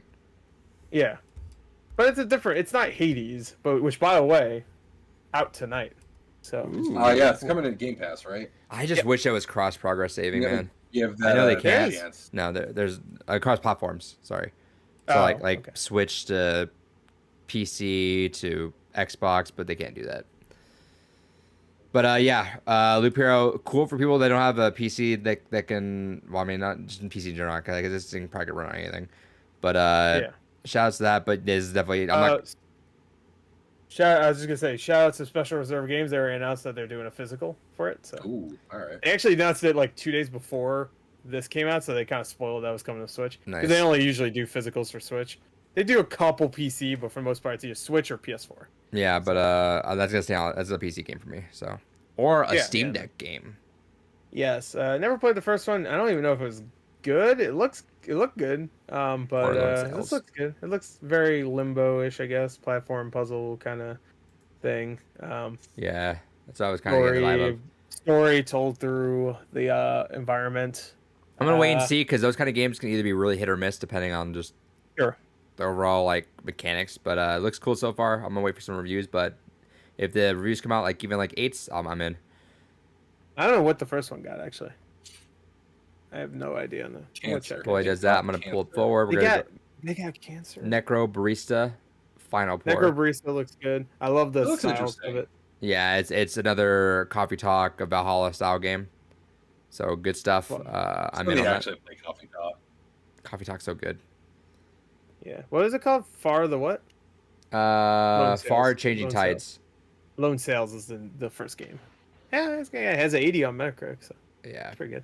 All right. Anyway, this game looks great. I like that it's combining 3D but still 2D because I don't think the characters actually move. It's just like this the entire time, pretty much. I've heard the story's really good. It gets fucking nuts. So. Yeah, so I already bought it. I'm in on it. That'll be a game I play probably soon. I'll be getting it soon. It's also on sale right now, so check it out. Yep. Go give it a look. Garden Story Surprise. Garden Story. It's out. By the way, the next 3 games are all games that got released the same day. Yeah. They prefaced that by you can play these games today. So Garden Story's out. I bought it. I haven't played it yet. I've heard reviews. Great things. Yeah. There's no reviews right now, from big critics, but from people that I trust, say it's great. So so I'm excited. It looks Stardew Valley, but more Zelda-esque. Yeah, I've heard it is. Oh, here's boyfriend dungeon. But I heard it was more action focused than anything else. Sure. So because there is a lot of farming and all that stuff, but it's definitely more action focused. This game's fun. I don't think the gameplay itself is amazing, even with the different weapons you get. But I do like the whole atmosphere, and I like like the watch this guy. Look at this. I like the animation. The animations are really good. But look at that man. Yeah, that's a man right there. This stuff is like pretty. I don't want to say hit and miss. I feel like it's okay. It's just not as solid as like a Hades or whatever. So I'd rather play Hades when it comes to the gameplay. And Axiom Verge 2, which I'm hearing good things about. Not as good as the first game, but the first game. Really, I heard that the first game's fucking fantastic. Yeah, I heard that doesn't really do anything crazy, but the atmosphere is really fucking on point apparently. All right. Yeah, this one looks different gameplay. Like it's like a Risk of Rain thing where they took the sequel to a completely different like style. Yeah. This one doesn't exactly. It's not as drastic, but it's upgrading it. What was it? Limited Run? Is Limited Run doing that, or is they're doing it's gonna be like combo pack? Yeah, it's Limited Run. So I'll buy that combo pack, which they confirmed is coming soon. Yeah, October. So I'll grab that. Yeah, I'll get that too. This was a big surprise. Yeah, this looks cool. Shovel Knight Pocket Dungeon looks fun. Nice little puzzle game with Shovel Knight characters. I'm glad they mentioned this in the video, but I'm glad they're branching out Shovel Knight to be an actual franchise now, because it's only been Shovel Knight and they just added expansion. But this is the first time. Yeah, those expansions are pretty. They could be full games. And they might as well be their own games. Yeah, like they could have totally gotten away with just like saying, "Hey, we built this as a whole new game," and people would have bought it and said it was great. But they just expansion, which is amazing. But yeah, with this is cool to finally see Shovel Knight branch out. So I'm glad for them. I'm hoping this leads to more. I want that Shovel Knight 64 still. So let's hope for that. And that plush is fucking incredible. I want to buy that eventually. I see it at one every now and then. One day I'll get it. Good plush. Let's see. This is Islanders. Got I talked about this. I don't know why they didn't just announce this as one of the games that are out today with that montage. But it's a fun game. Very simple. Just put your shit there. It's a city builder. It's a puzzle game. It's fun. It's $5. I recommend it. It's only $5. Fuck, yeah, it's only $5. Wow, he doesn't fucking listen to shit. Yeah, guys, the same question. I was like, damn, it's $5. Hell yeah. Yeah, he was too busy fucking smashing his pud. What? But yeah, this is cool. So I'll check it out. I can't wait for this game. I'm so excited. What a gorgeous looking fucking game. Let's just fucking talk about that for a second, dude. I want to love it. First and foremost, can I just say it's a weird feeling seeing Metal Slug in an indie fucking presentation. Sure. But aside from that, holy fuck! Everything about this is so much care and attention to detail. Clearly, the team behind this has an absolute fucking love for the franchise. I am fucking stoked for this. This is 100% a fucking day one buy. The one thing I do want them to have a story in here, like because Metal Slug usually doesn't really, but like if you're gonna do a tactics game, then expect a story in there. Yeah, it doesn't need to be a deep story. Just like do like Advance Wars. That's not a deep story at all, but it's something. I hope this is kind of a comeback of that whole franchise in general. I know. I know it's just gets like retro revivals, but like I hope this is kind of a next step for it. I wouldn't mind like a 3D Metal Slug. Like just do that. Like just like what they did with Battalion Wars with it's a 3D event. I mean, kind of. It's still a shooter, so and this was a big surprise. Tetris Effect. This is cool. I think Tetris Effect should definitely be experienced in VR. It doesn't have to be, but it heightens that whole game in general. Yeah. Well, you can use Labo. There you go. Yeah. There you go. Put it on the fucking piece of shit cardboard thing and. But experience that shit. Man, like that was cool on PSVR. When I got that on Oculus, I fucking loved it. That game was a game you'll just get fucking lost in for a while. Incredible. The soundtrack's awesome. As Gore mentioned in his reaction, the music is great. The music is heightened even more in the game. I think the music is definitely great on its own too. But damn, like it doesn't look like it. Like anyone just saying, "Oh, it looks like Tetris," you gotta experience it. It sounds fucking corny as shit. Everyone says it, but it's really true. You gotta just play it, and you'll just get in this fucking like Zen mode, and everything just popping. Every block you drop, the beat just like coincides with it. It's so incredible. And also, Luminous Remastered is on Game Pass. Play that. Hell yeah. Hell yeah. Fantastic fucking game. I've loved Luminous since the PSP. Fantastic series. Does not get enough love. All right, now this is a montage of just games coming. Astroneer. Which I didn't really care for when I played, but I didn't get too deep into it. So. Sure. 100 Days. Simulator. Hey, yeah, I'll take anything that like you just build your shit and like. It's interesting. And it has the cards. Farming. Yeah, you play a little Slime Rancher. That's out today. Slime Rancher, man, I'm actually kind of sad because fucking Switch is such a perfect place for Slime Rancher, but I'm not playing through it a second time. Right. Lumberjack, another bear game. I was upset. Where is Bear and Breakfast? I've literally been so excited for that game since I've seen it. We saw it a couple months ago at one of the. I want more, dude. This game looks kind of fun. I heard it's actually pretty good. This one looks wacky. I like it. So I might pick this up. I don't think it's too expensive too. So how much do you think? I think it's 15. No, it came out today, or yesterday. So dude, first off, I want to. So Gory said this. I'm not saying anything he hasn't mentioned. Weird this game wasn't on Switch already. Fantastic platform for it. That frame rate is literal ass, dude. Yeah, it's not very good. But you know what? The game itself technically is not very good. So like if you really get down to like the controls minutia of it, yeah. But that's the reason why you like it so much, because it's so fucking like you could get good with the controls, but like that's after a long time. And it's still technically not good, but yeah, it doesn't look good. Then the final game. Yes, finally. I've been hearing about this game for like at least 3 or 4 years. Eastward looks really, really fucking good. It's coming out next month. Sadly, it's coming out next month where there's like 6 other games. So I think it comes out like almost the same. I think that's either the same day or a couple days after Deathloop. So I don't know. But yeah, it's looking great. Animation looking great. All the Pixar art. Who's making it specifically? Chucklefish. Okay, I know them as a publisher, so I keep forgetting they're an actual. Yeah, I'm pretty sure they're making it, but I could be wrong. And it looks fantastic. I think it's Pixpol, I guess. It looks really good. So yeah, 2 days after Deathloop. Looks good. I'm excited.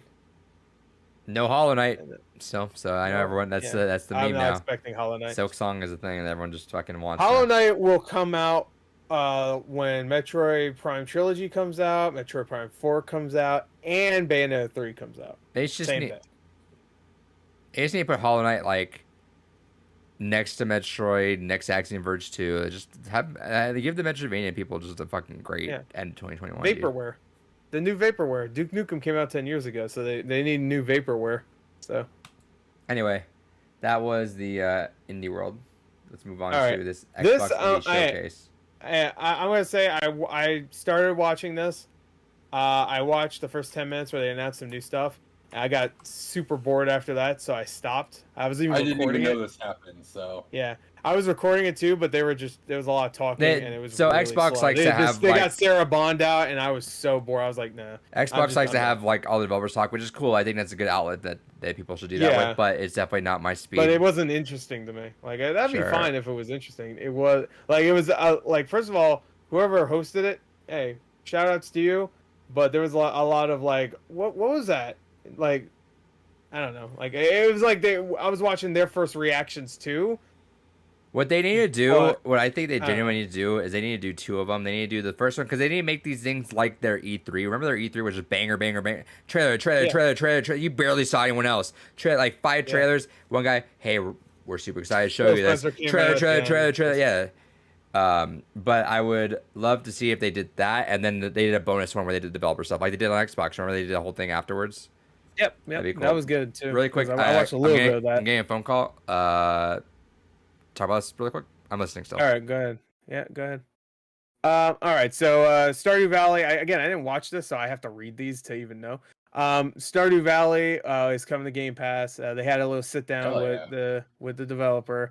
You know what? I just want to say it's a little weird that every time we do like a thing, whether it be we just talk about something on the podcast or we do a Games Gone By, it's weird that every time we do one, it always coincides with something big happening with the associated game. Not always, I shouldn't say that, but like not always. I mean, we never did get that Def Jam fucking remake. That's true, but when we said we're gonna play Def Jam, is that when they said, yeah, we might have Def Jam coming, new Def Jam, and also the replacement for Shimigami was Tensei. Def Jam was Tensei. Shimigami Jam. After an HD update there. Yeah, and we got the HD update. Also, To the Moon. Funny enough, we'll talk about this later. And Stardew. So what was it? Silent Hill. We've been hearing about now all of a sudden. Yeah, Silent Hill. Also. That kind of counts. But after so long. You just posted Silent Hill 2 also recently, right? Yeah. On YouTube. But one thing I want to talk about in To the Moon. It's funny that we just watched Eternal Sunshine of the Spotless Mind for the movie podcast. Shout out to movie podcast. And that game is not super similar, but it has a very similar structure to that movie. We'll get to it. Maybe. Nier got Nier. Yeah. Yeah, we got some Nier far wherever you are. Shout out. Barkley, of course. Still dead.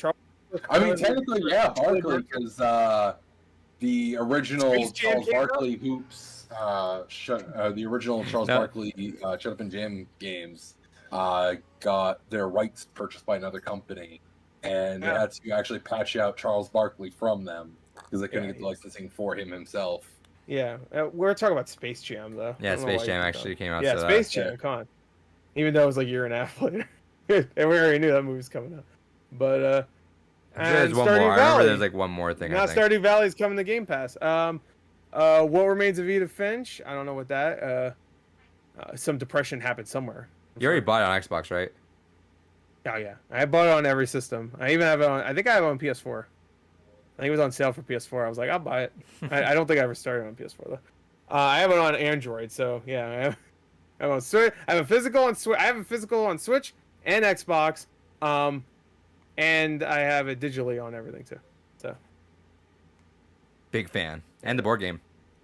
And I have the Let me know when you say board game will go up again, because I want that one. Okay. I do Did you get that? Did you get the Loftwing? Yeah, I did. Okay, cool. I said it's September 8th is when it was. I thought you just saw that and you were like, no, fuck that. I want that. No. I bought it. Okay, they ain't gonna charge me until then. So. But anyway, the Artful Escape. No, just let me know if you get that board game. Is what I was saying.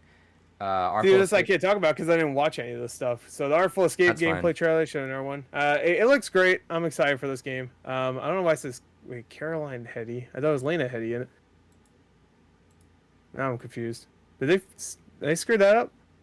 It's Lena Hetty in it. Actually, I don't really want to see anything because this game looks really good. They've been showing this for like 5 years, I swear. But it looks good. Sam Max Save the World Remastered is available now. That was already on Switch. So Ollie World, 120 frames, baby. 120 frames. God damn, finally. Maybe that's not out. Aeon Drive demo is available now. This game looks really good. I'm excited. It was on Steam. The demo was on Steam also. I still have it downloaded. I got that confused with Aeon Must Die. Oh, here's another game that's like Pokemon. Paparazzi on Game Pass. And it's coming to Game Pass. Origami 2. This was already announced it's coming to Game Pass. It looks good. It's like a little stealth game with ninjas, like a kind of a Tenchu. By the way, Paparazzi, if you want to know about that, go check out my video where I talk about those indie games that you might have missed. Talk a little about Nah, I don't watch that shit. Evil Genius 2. I think it sucked. Oh, this game looks great. I think it already came out on PC, but Game I remember Pass. the original. I didn't play it, but I remember it coming out, and I thought it was a good idea. And is this like the longest what's the longest time in between sequels for video games? Like we have Psychonauts 2 coming out soon. That's like legit sequels too, not like some like subtitle. Yeah, not like Half-Life not some or something. Yeah, like a reboot. Like Doom wouldn't count, I don't think. Even though I would, like Doom, because it's not Doom 4, I guess. It's Vampire the Masquerade 2. Would that be? Yeah, that would.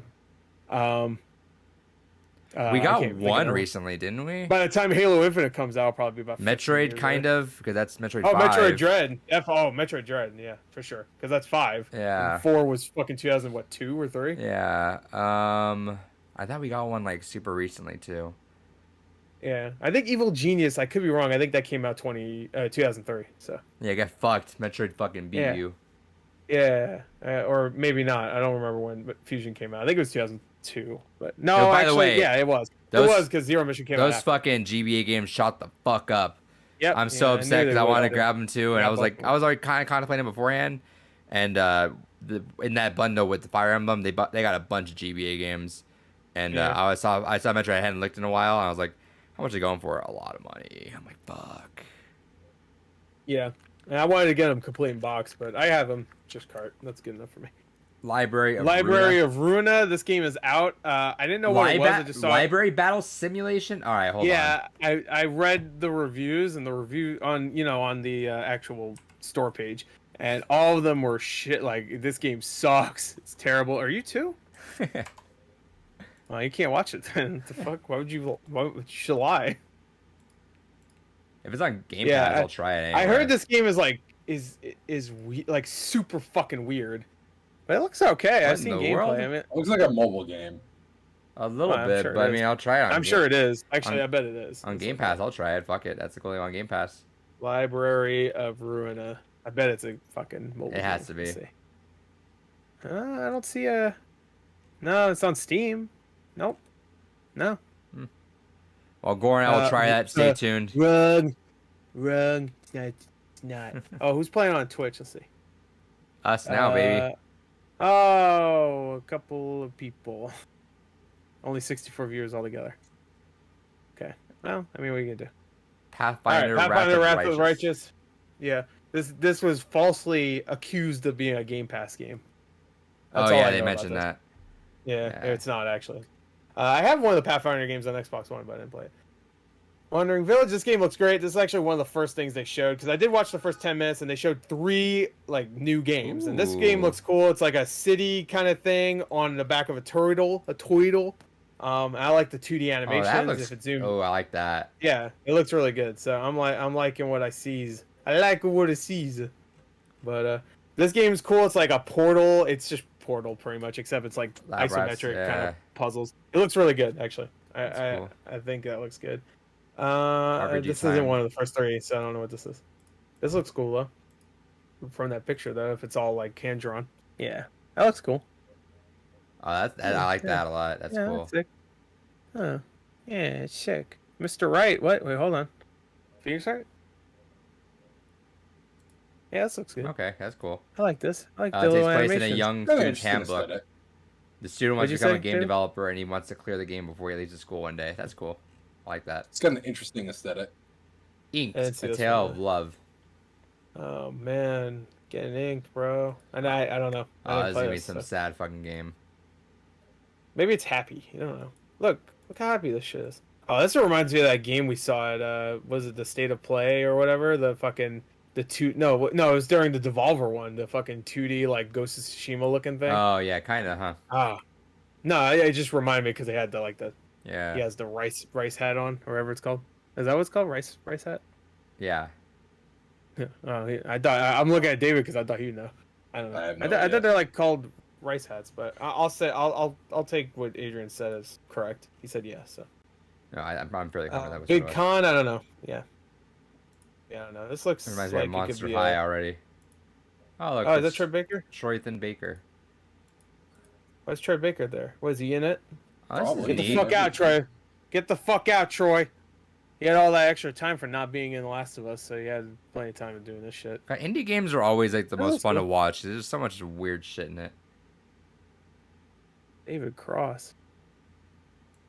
A bunch of fun voices, I imagine. The Veil, Shadow of the Crown. Audio only game? Oh, I'm in. Ooh, that's cool. It's great. I don't know why I can't really mute it. Yeah. Well, no, it probably has pictures of it.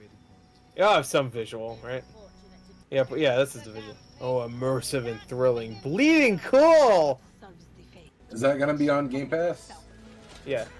No. No. This reminds me. It comes out in like a week, so. This reminds me of that. What's that mobile game? Papa Sagre. Oh, Papa Sangre. Yeah. From the same guys, right? No. Oh. Well, fuck it then. Yeah, Papa Sangre. It fell victim to that whole Apple where they keep having you update your games because they keep updating their iOS or their whatever. Yeah, the iOS firmware. And then because you have to keep updating that, some developers like, well, I don't make money on this, and it's never gonna sell, so I'm not gonna put however much money it is to fix that. So that's one of the games that's you should put it on Steam. lost in E3. I agree. At this point, just but that's cool. That's gonna be fun to put the headphones on because it gives me something to rock those headphones with now. Right. So I'll get the hell out of that. Baselines from the far out has a game demo. It's like a face. Is that a face? And then developing it at the end.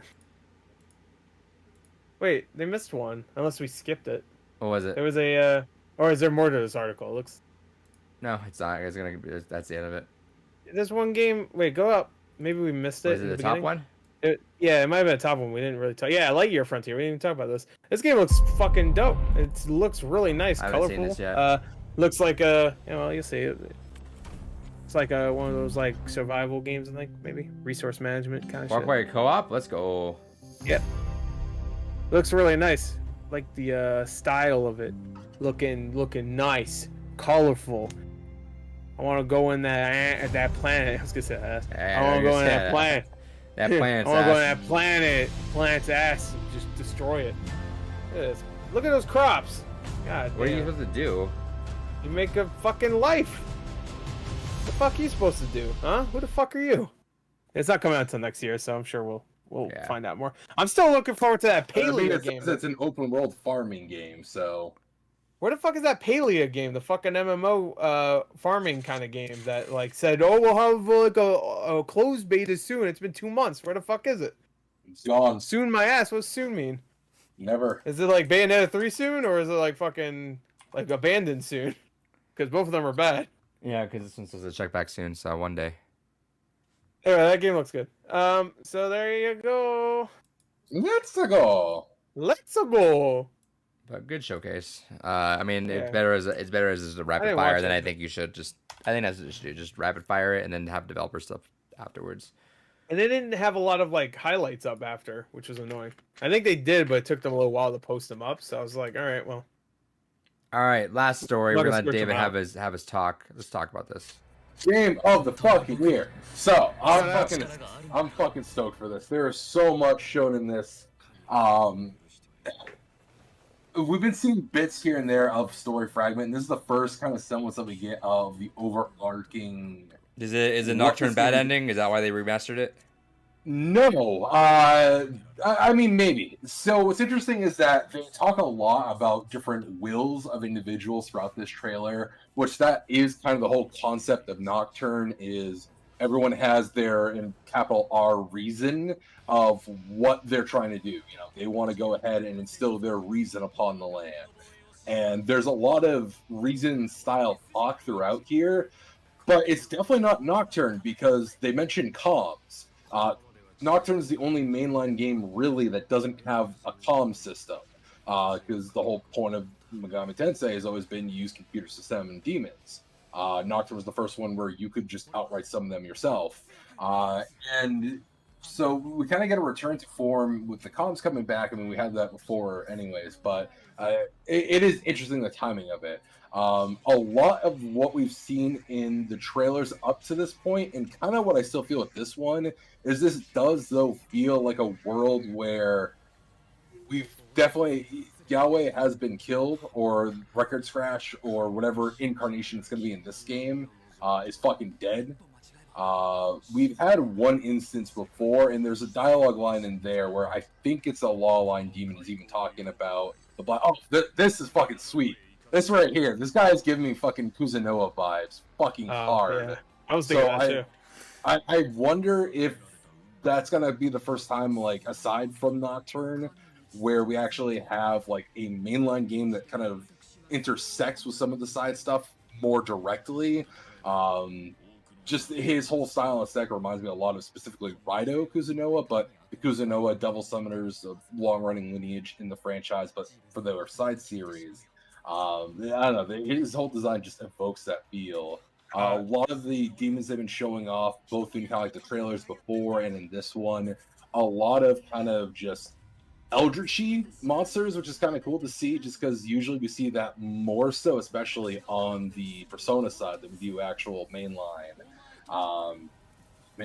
This game just looks fucking fantastic, and there's so many interesting little nods throughout the series too, which is another there's so much. Like Narukami is a lightning spell, which Narukami, protagonist of Persona 4, with a lightning element behind Persona.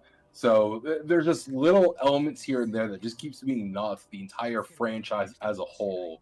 So that's why I still think this one might be more directly linked to Nocturne in a lot of elements, and especially with it was for Apocalypse. They went ahead and solidified basically a lot more the multiversal theory. So Nocturne introduced it, for Apocalypse kind of followed up on it by having basically all the mainline protagonists, aside from the character of Deep Strange Journey, the Space Marine. All of them kind of got together aside from Space Marine, and this one has a lot more of those Amoliverse feels. And I don't know, there is so much to fucking unpack in this trailer, and it looks fantastic. My one hope is this game better not fucking run like ass. This one's actually an Unreal Engine. I don't know, this looks okay right now. Obviously, it has to be running on Switch right now, because what the fuck else is it running on? I mean, it looks all right, but I mean, this is what they're choosing to show. So it's a turn-based, so I mean, it's all walking. Yeah, I know there's walking, but hell yeah, look at that. But like, I mean, why does it matter? You walk, but you're not getting fucked over when I guess if you want to sneak attack them, right? No, that's mostly a later is that series just Persona thing. Yeah. Okay. If you really want, well, this doesn't look too bad. This looks like it's running fine. Hey, literally, go get the OLED. It won't run better, but you know. It'll look better. Yeah, there you go. Yeah, you could wait a year when the Pro or whatever the fuck it's gonna be called comes out. So, Super Switch. Got that. But, just think about like when the Pro comes out, you'll be like, oh man, all these games are like new now. It's like when you eventually get the Series X, all these games are gonna run better. I think when you get the Steam Deck and you're like, damn, that thing sucks. Damn, this thing is way better than everything Nintendo has ever done. I could put Persona 4 in this. Yeah, there you go. Yeah. Already better. Both Sony and fucking Valve can let you play it. Xbox can't. I can play Days Gone. Wait, when is the mobily. when is the Persona stuff? That's true. When is the Persona stuff getting announced? Is it soon? That's a good question, because we are on its 25th anniversary. They said that they got like 6 some odd announcements to kind of reveal before the end of the year, I assume, right? Yeah. I mean, do you think it would just be in one stream? I feel like right now they're trying, because Atlas is really bad about this. They try not to say anything until they're done with their next thing, or at least close to it. That's why I didn't really get much on 5 until Nocturne HD was done. And well, they announce it and then they say nothing about it until it's almost done. Because they did the same thing with. Oh, okay. I thought you said they don't announce shit. They don't announce anything until it's done, which. No, they try not to distract as much as possible from the current one that's going to be released. So I imagine as we get closer to 5's release, which is November, so hopefully it's that fucking November. All you know is going to be a post-credit and Joker's going to show up and you're going to be like, oh shit. Actually, when is the Tokyo Game Show? October, isn't it? Or the Gamescom is soon. I know that's in Germany. I just want to throw it out there. Yeah, usually Tokyo Game Shows when Atlas shows a lot. All right, Sammy, good night. No, I think Tokyo Game Show is September. Yeah, I want to say it's September. Good night. Night. Good night. Go eat some strawberries. Oh, we still got games gone by after this. I forgot. Yeah. Well, we're almost done right here, and we're only about 2 hours in. So. But yeah, so it's looking cool. David, do you still recommend that Nocturne be the one I go through first? I have some of the 3DS games, but I think Nocturne should, just because it's on Switch and it's more. SMT 4 on 3DS, I'd say that's probably going to be closer. Should I do this? I felt like Nocturne, just because it's on Switch, I should get familiarized with SMT on Switch. It wouldn't be bad, but based on a lot more of what we've seen, Nocturne is going to be a bit more alien to what this is. That's fine. I feel like maybe if that's the case, if I enjoy this, and I'll more likely go back to this. Anyway, SMT 5. Shin Megami Tensei we all got 5. that deluxe edition pre-ordered. I actually did. I did. Yeah. Wait, which one's the deluxe edition? Is that the backpack? Comes with the backpack, and I think I got that pre-ordered. Oh wait, no, I think I just got the steelbook. You know what? I was close to pre-ordering the backpack one, and I think I said, fuck it. But I should have probably did that because I have all the other Persona fucking collector's editions, so I probably should have did that. But I'm not gonna. I'm not sweating it. Yeah, then when that comes out, you're gonna be. Oh, I'm not gonna give a shit. Anyway, I'm not playing this when it comes out, so I'm probably gonna cancel the Steelbook one honestly, because I like there's too many games coming out, bro, and I don't have time for 100 hour. There's no way you play this game at all in the next 2 years. I'm not gonna play this game at all. Period. I think. So Probably. I'd rather play Persona 5 or what the fuck's it called? Royal. Or Arena. That might be out by then. You don't know. Shadow Drop. Anyway, that's Games Gone By. That's not Games Gone By. That's Blue Rupees. Games Gone By is coming up. So that's our Games Gone By for To the Moon. Hope you guys enjoyed that talk. Very, very strange. I'm so tired. Be sure to like, comment, subscribe, copyright strike. Yeah, really helps us out. Send us nude pics only if you're a man. A grown man too. Don't fucking be funny.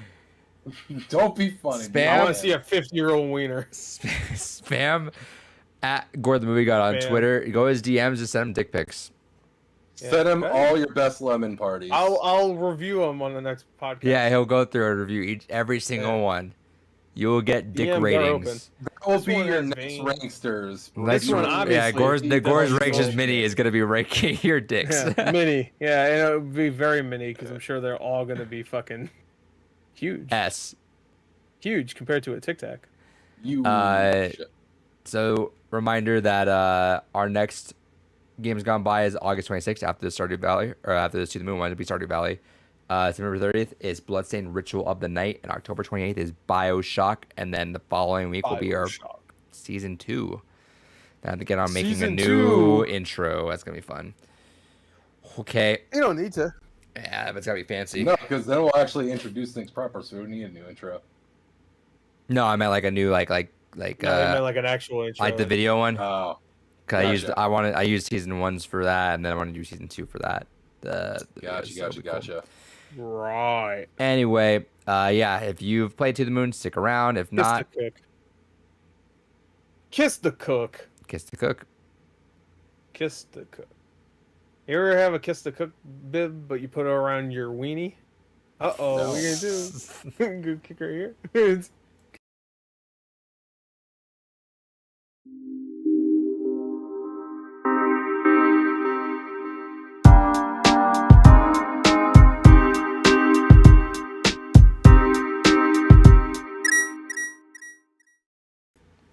Welcome to Games Gone By. This is our video game retrospective series, our sister podcast to the Blue Rupees podcast. It's spin off into its own thing. We talk about a game that one of us nominated, and we go on there and sometimes play for the first time, sometimes don't. I think this is a new one for all of us. I'm Adrian. The one that picked this is Gore. Yeah. David played it. I played it before. The one that did play it before is David. Good start. So, yeah. And anyway, I'm here. And yeah, it's actually weird. I'm the first one that played like an experience style game before you guys did. Shit. Oh, look at he. He's so good. Look at he. Look at he. Oh, you played Earth Defense Force. We didn't play it, so. True. There you go. I already beat him in facts. So what's up? Let's hear how he hated this game. Actually, I already know you. We'll talk about this. So this is a. I nominated this game, by the way. Yes, this is a nominated game as a middle game. So I gave everyone an opportunity to use one of their Game Gone By months to have a smaller game in the middle, and Gore used To the Moon. David still has his if he wants to. If you want to put that in the middle of BioShock, I don't mind that. BioShock, yeah. I don't mind that. Yeah, we can do that in the middle of BioShock. Because me and David have played that, right? So yeah. So what was it called again? So it'll just be Adrian. That's fucked. So. That's fine. I can do that. What was Me Sour. If you want to pick a different game, you know. Yeah, I'm gonna finalize which game I want to do for that, and then I'll announce it next week. Okay, so yeah, I mean you can do that Misao game if you want. Save it for Stardew Valley. I've been eyeballing and I'm kind of curious about. So Games Gone By announcements should stick on the Games Gone By episode, so we'll announce that during Stardew Valley. So during Stardew Valley's episode, we will announce what'll be the extra bonus October episode. So 2 weeks. Yeah, so 2 weeks from now we'll announce that. 2 weeks from now. But anyway, 2 weeks from now. Wait, hold on. Because when you upload this video in this like pod. a year, oh no, it's all confused. The timeline's fucked. All right, Loki. Oh, This is the temporal DCU merge has happened. No. Gore, let's talk about this. Why'd you pick it? Well, I've picked this like 2 other times for like one of our voting ones, and it never won. And I knew that Stardew Valley is one of those games where you can play a little bit or play a lot of it, and you're good. You could talk about it really. So I figured might as well pick a short game for the first half of the month. And To the Moon is the one I really want to play. And I've been wanting to play this for years at this point. Ever since I bought it on Steam years ago. I bought it on Steam years ago too, and it's just so shitty optimized on there that I just never got around to it. That sucks too, because I'd rather have played it on PC. That's the one thing I'll say straight off the bat. Because I'd rather have used an actual mouse to play it. Because, not that the Switch controls are bad, it's just one of those games where it's like, oh, just click to go to it besides... Right. Fucking go. Anyway, I heard it's a fantastic game. I bought, me and I think everybody else bought the limited run, right? Yeah, I got the Switch. David bought it. Yeah, David bought it. I knew it was gonna be a game I'm gonna get to, and I'm gonna fucking love. I just knew that. Yep, me too. So I bought the collector's edition of that. And I just really wanted to play it. I mean, that was it. And I did. We all did. Well, David probably didn't because he already played it before. No, I had the fiance play through it because I figured it'd be a game that'd be up her alley. I mean, it's not really a game you play, really. I mean, there's very minimum gameplay. Right. Yes, it's a walking simulator. Which is surprising that David loves it so much because he hates those games. Yeah. Yeah. So I guess that story must have been I got some mixed thoughts on it, but I do feel that overall it's a phenomenal game. So let's talk about. I'll go through mine then because David has the outlier one. A game that I have not played as well. A game that, just like Gore, it's been on my to play list for a while. I started a couple times, but I just hated playing it on PC. I think it just does not fit on there. The way it looked, I tried streaming it a couple weeks ago on PC. The aspect ratio and everything was just not fucking configured well. So I have it on Switch too. It was super cheap, so I bought it on there and just played it through Switch. I personally didn't mind it, but played it.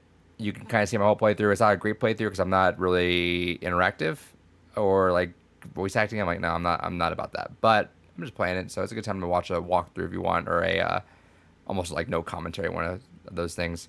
But fantastic. We're gonna go through some of the more intricate details in a little bit, but yeah, I fucking loved it. David, why did you play it though? I mean, what compelled you to play this game? So I played this, no pun intended, but many moons ago. Because, I got it in a whole bottle. I think that's how I ended up with it. I looked at it. I was like, all right, I kind of want something. I want a story.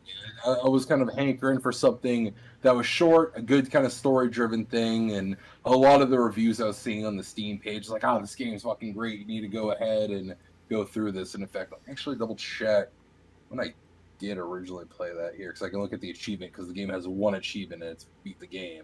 So let's see. Very creative. February 17th, 2015. Damn, that's beat that. It's a long time. You were so youthful back then. Yeah. I was so youthful.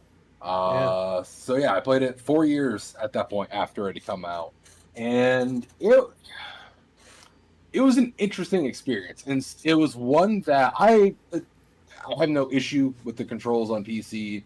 Some people have issues with it. As long as you can just manually full screen it, it's like any other RPG Maker game. But I've also played a lot of RPG Maker games, so I feel that's why I don't have issues with that. It was made with RPG Maker originally, and I think they used Lua scripting to kind of help out with some of the puzzle elements in the game. And at the time, it was interesting. I didn't really care for the slider puzzles. I never liked slider puzzles. I just feel that they're a waste of time because you either look at it and you get it right away, or you brute force it until you have it. It feels like it's just a distraction. It's not.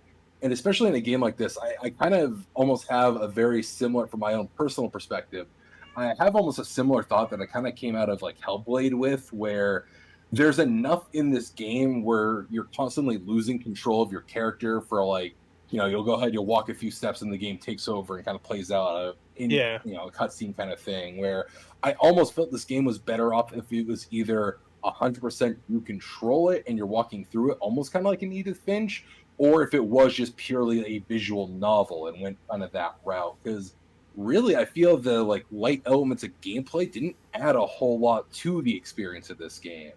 And then I had fiance play it just because she likes stuff like what remains of Edith Finch and things like that. And it was interesting watching her play it because she's never played a 2D game before, like in this sense. She got her gaming start back on like Myst and Riven and Atlantis, so adventure, side-scrolly puzzle style adventure games, and then jumped right into stuff like Fable. So she skipped that whole kind of 16-bit, 8-bit era, and it was interesting to see someone struggle with a top-down perspective of a 16-bit-ish style game. So bizarre. And kind of have a hard time of like figuring out like the depth of what is interactable, what isn't interactable. Right. That's funny because that's like just second nature to a lot of gamers. It is, and actually kind of in order to kind of communicate better, there's a YouTuber out there, Rasputin. Highly recommend his videos, but he actually does a similar thing where he's got a whole series of videos called What's Gaming Like for Non-Gamer, to which he gets his wife to go through and plays a lot of games, and that's kind of like the whole synopsis of it, is he doesn't have a lot of that same language that's kind of built into like the three of us, and so that's been like a good introductory point to help each other kind of understand where some of those disconnects happen. And so that's why I've been kind of on some of these Games Gone By games, not playing them myself, but just having her go through them. And it's been interesting to watch for that. But no, this is a game. I love the story. The music is fucking fantastic. Music's really good. They recommend you to wear headphones for a reason. I'm surprised you didn't get the collector's edition, just so you can get the soundtrack. I didn't because I have the soundtrack on Steam, so it would have been nice to have the physical soundtrack as well. But the other goodie was the origami, and I'm like, I don't really care. And about also that you get the plush of the platypus, and you also get the little. Fuck, you get the pins of Johnny and River. Yeah, and I didn't care about the pins, but fuck. Yeah, and the origami is a pin also, I believe. That plush though. Yeah, the plush looks good. I had to double check. I got it, baby. Yeah, that plush is mine. Yeah, I got it too. It's supposed to ship this month, but they didn't get it yet, so. They didn't get it in yet, so I'm assuming next month at this point. I don't know. They keep fucking adding so much shit that, although, side note, I'm fucking stoked. I actually did manage to get one of those I have in my mouth and I can't scream it. Yeah, it stayed up for a little while. I didn't even know it went up, otherwise I would have got it. Yeah, it was actually, the PC one was up for maybe like 5 minutes, which is actually not bad considering there's only 100 of them. And I think the Mac one's still up for like an hour. It's still up. No, the Mac is still up. Is the Mac one still up? Yeah. And they haven't put the standard copy yet.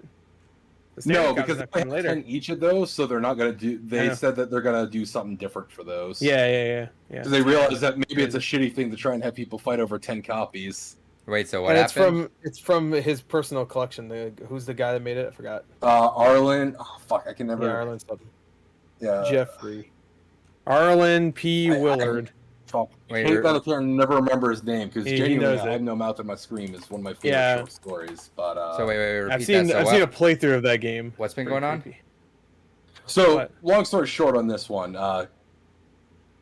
the author of I Have No Mouth and I Must Scream went ahead and released a bunch of games from his private collection to limited run games because he wanted to get those games basically to the fans.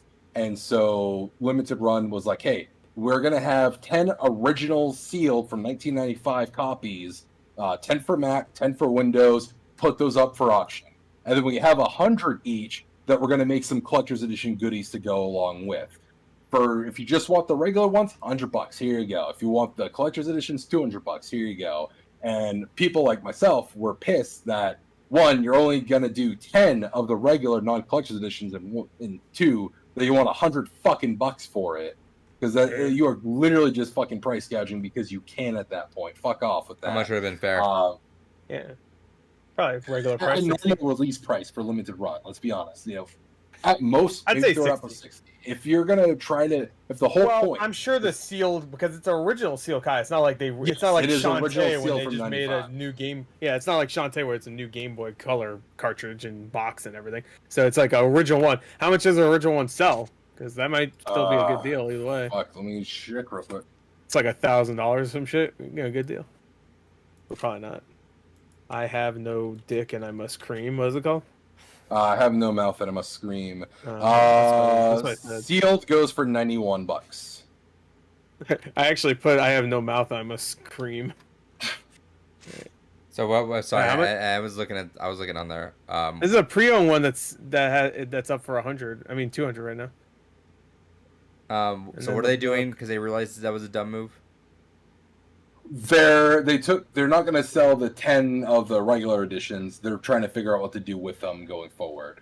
I bet raffle. I could see them doing a raffle. No, not for free though. No, a raffle for you to buy them. I ain't gonna give that shit away. But like figure studios like at Comic-Cons always used to do that, where you have to get a raffle to even get a chance to buy the Comic-Con exclusive figures or Funko Pops or whatever. I never did that because that's stupid as shit. But agreed. Yeah, no, I can't imagine with the backlash they've already had with doing this.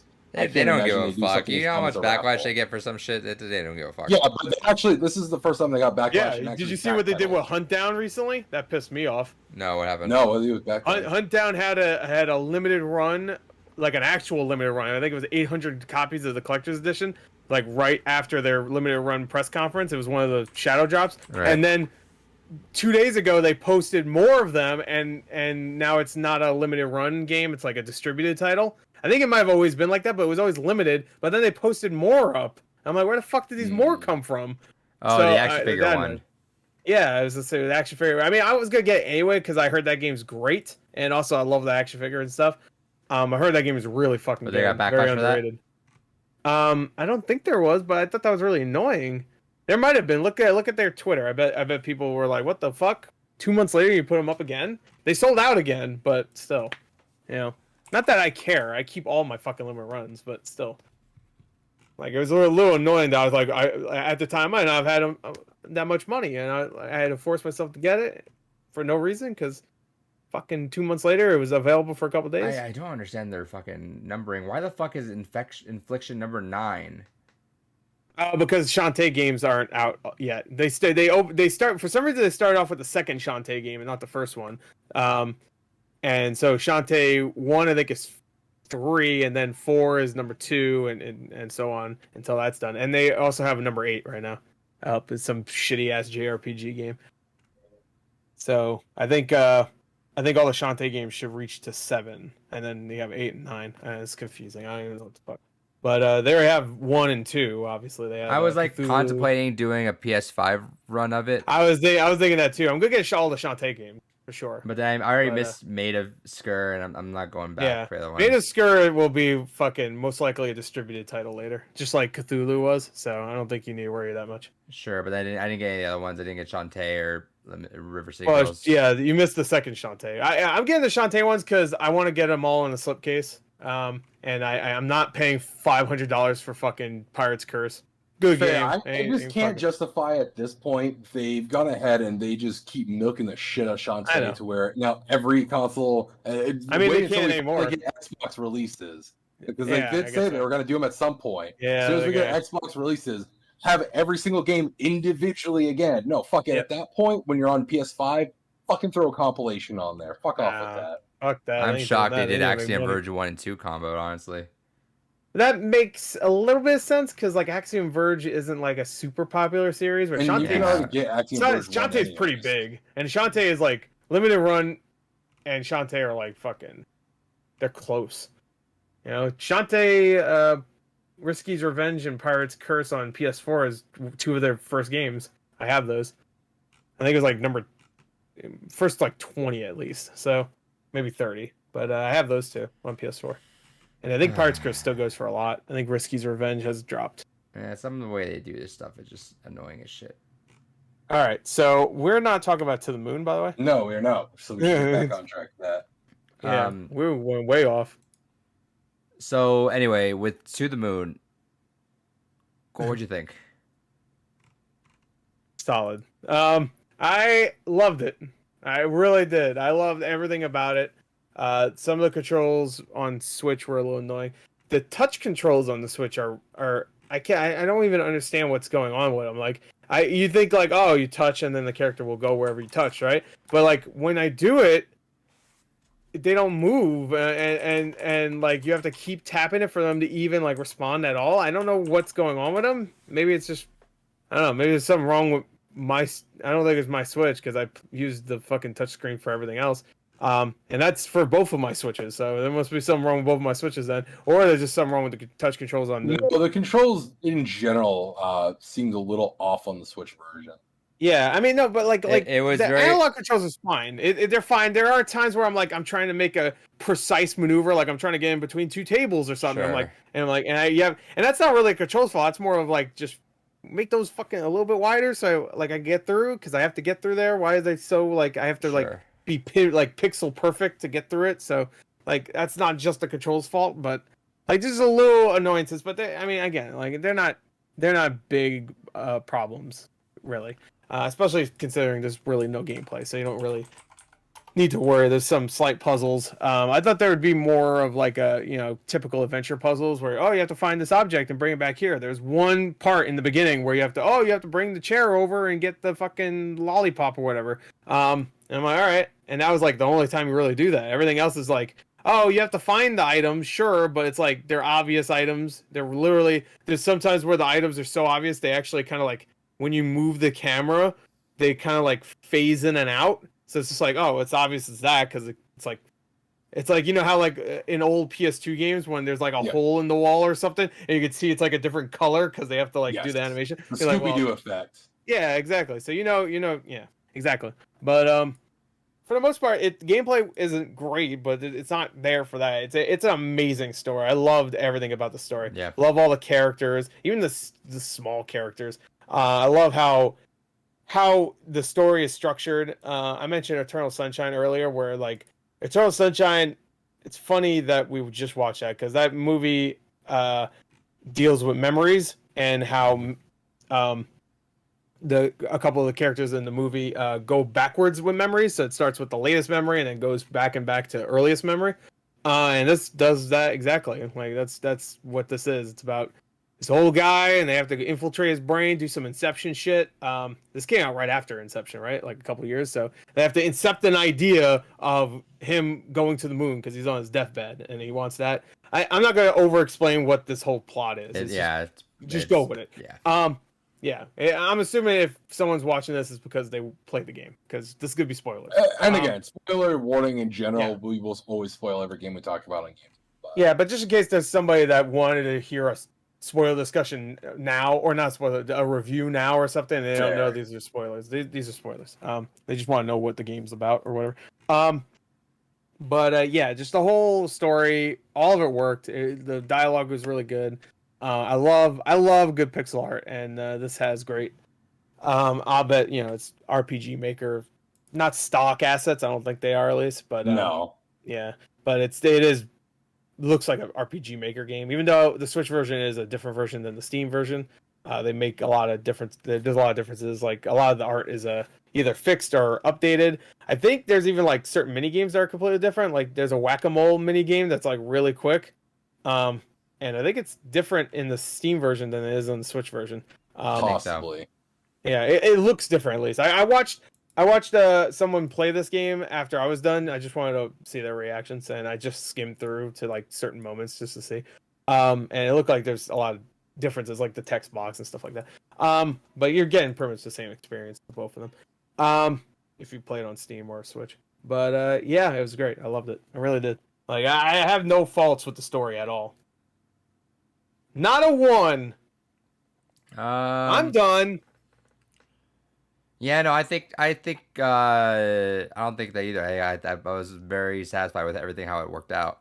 Yep, the ending's fantastic. The ending's so good. The way they just ramp it up and the way it just fucking cuts. Yeah. It almost makes me wish they actually were talking about making an animated series about it. They have been, haven't they? I feel like this would make a great miniseries, honestly. Yeah, like even a movie. I think just do a movie. Yeah, it needs to be a movie. Yeah, a 90-minute animated movie. I would want a little bit more out of it than just a movie. Sure. I mean, if you're gonna make it into a thing that's not, because this is a very narrative focused game and it's 4 hours long, so you have to condense it down to a 2-hour movie. Then at that point, yeah, so you're gonna lose a lot of good stuff. Quick on it, so yeah. And also animation, there's certain things here that only take a couple seconds because there's no actual animations. Where in an anime, it'd take longer. But I see this doing like I could just see it in like a Your Name style, honestly. Sure, but you'll have to cut a lot of the stuff out though. Your Name was its own thing, so you could. No, I know. You cut a lot of stuff out, but I think it's possible to tell the story. Sure, I think an anime series that's like 12 episodes would be perfect. Though, I mean, there's a lot of anime series out there that are short and then get to the point. 24-minute episodes each. I just like I like the way I did it, which was just one run though. I like just that's going all the way through. what I did. I played the first like 30 minutes yesterday and then played the rest today. Yeah. So. And the first 30 minutes I played maybe like 3 times in the past because I kept going through it and not finishing it. The revelations when they hit at the end though, they just hit even like towards the end, there's one revelation about his brother, and you find out like he's on medication, so he forgot about him, like, and his mother went like nuts, kind of. Well, I remember playing that, and then when she's like, I was like, Jesus, did you not notice what you saw in his room? What? And I was thinking in my head, like, what the fuck did I see? I didn't notice it. Bunk bed. Yeah, I didn't notice that. And then as soon as it happens, you walk out there, I'm like, oh fuck, that was gonna happen. Then you start piecing together.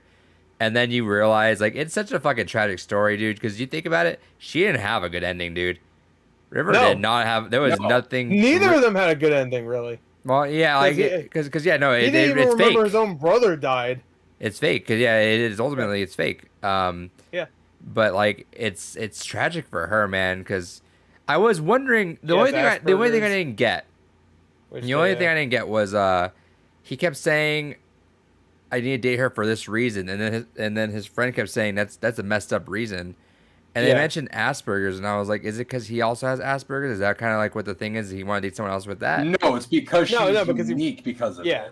Yeah, she's unique. They said that like he just wants someone that's not a generic like. They said that in the game. He just wants someone that's not typical. Which seems weird. Weird that he's like, "Oh, you're such an asshole for that." I'm like, I get like maybe that's kind of asshole thing because he said fetishizing a little bit. No. I get the guy says so you're into her for just like she's weird, not for her as a person. No. And then Johnny kind of says it like and he's like, all right, that's kind of shitty. So I get that. It just seems like a very almost a little bit overly mature high school talk, you know. Like the way when they were like he was encouraging her to go. There's some mature high school students out there. Yeah, but maybe it just felt a little bit out of character for me. I'd argue that it actually perfectly accentuates immature because that is that kind of like, I just want something. No. That does. He means the way they were talking was the way he's like, that's a jerk move. Maybe it's just the jaded side of me, but I feel like that's not really a thing that. Okay. I thought you were talking about how Johnny was talking about like she's different. And no, I don't care about that. I think the friend trying to talk about it because the way they made it sound like something like much more drastic. Like, oh, you're dating her for that. I was like, oh, I thought that was like something a lot more than him just saying, oh, she's unique like that. I get that that's not a good thing, a good trait to pursue for that. But it just seemed a little outlandish for me to like. I was expecting a lot bigger of a thing. But. That is a tragic fucking ending. I think like for her, like for sure. She could never understand why he'd never remembered her, and then like that's the thing that's what makes that scene even fucking worse.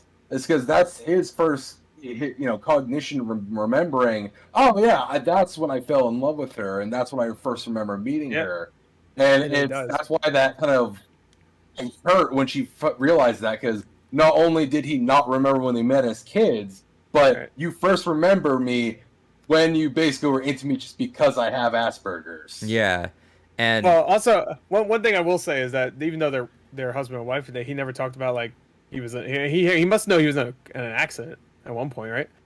No, you know what I mean?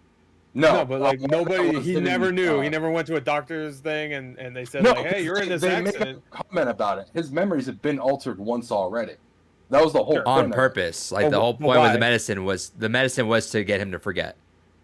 Sure, I'm just saying like he didn't go like did the doctors like fuck around with his like medical history so he never went to a doctor because he's sick or whatever and they said like, oh, you've had like issues. That is where yeah, but that's going too deep into it. There's some weird things where it's like there's some stretches. The way you can ignore. Yeah, there's also like conveniences in it too. That's just like all right. Sure. The way you can kind of think that is like, can you remember a lot of your youth? And did you ever go to your doctor? Like, I know. I'm not saying. I know. But that's a stretch you could do. But I mean, that's kind of almost like you got to kind of just extend your disbelief for a little bit.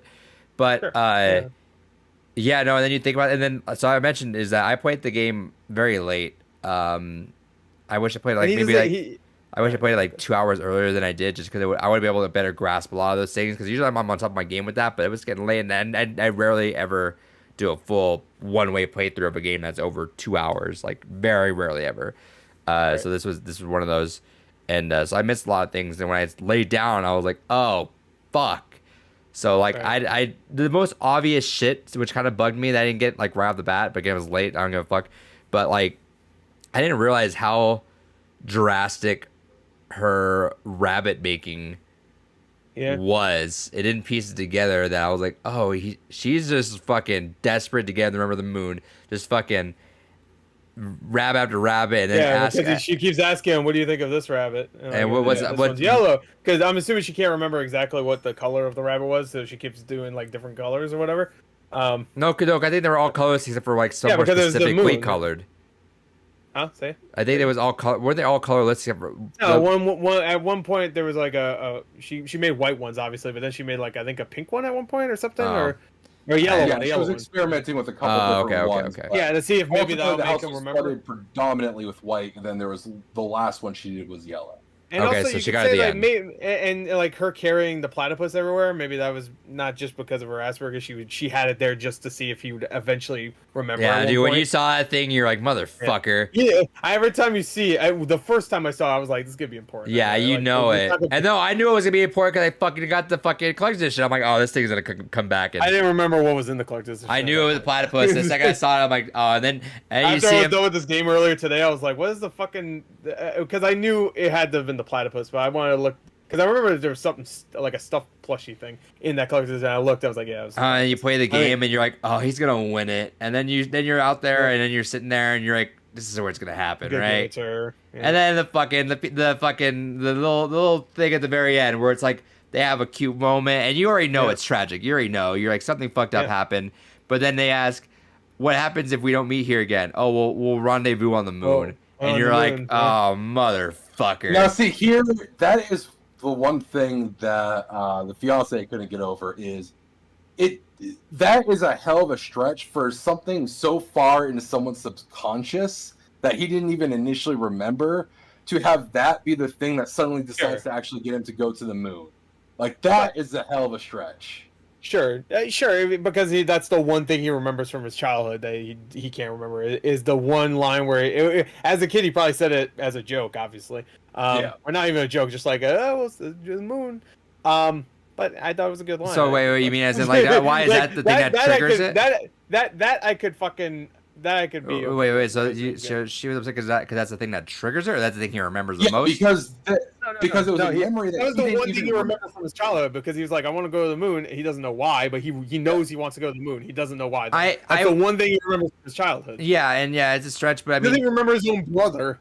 That's the one thing that, like, you remember the one line where you say you want to go to the moon, but you don't remember your own brother at all. I would assume.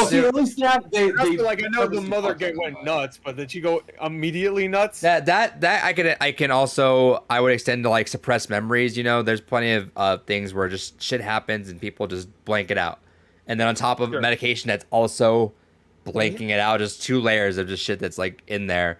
Whereas, you know, you got the most loving moment these kids have had, you know, it's that young thing and the most romantic little moment they had and the line they shared, and obviously he was excited, you know, and gave his stuff away that he was like he liked so much.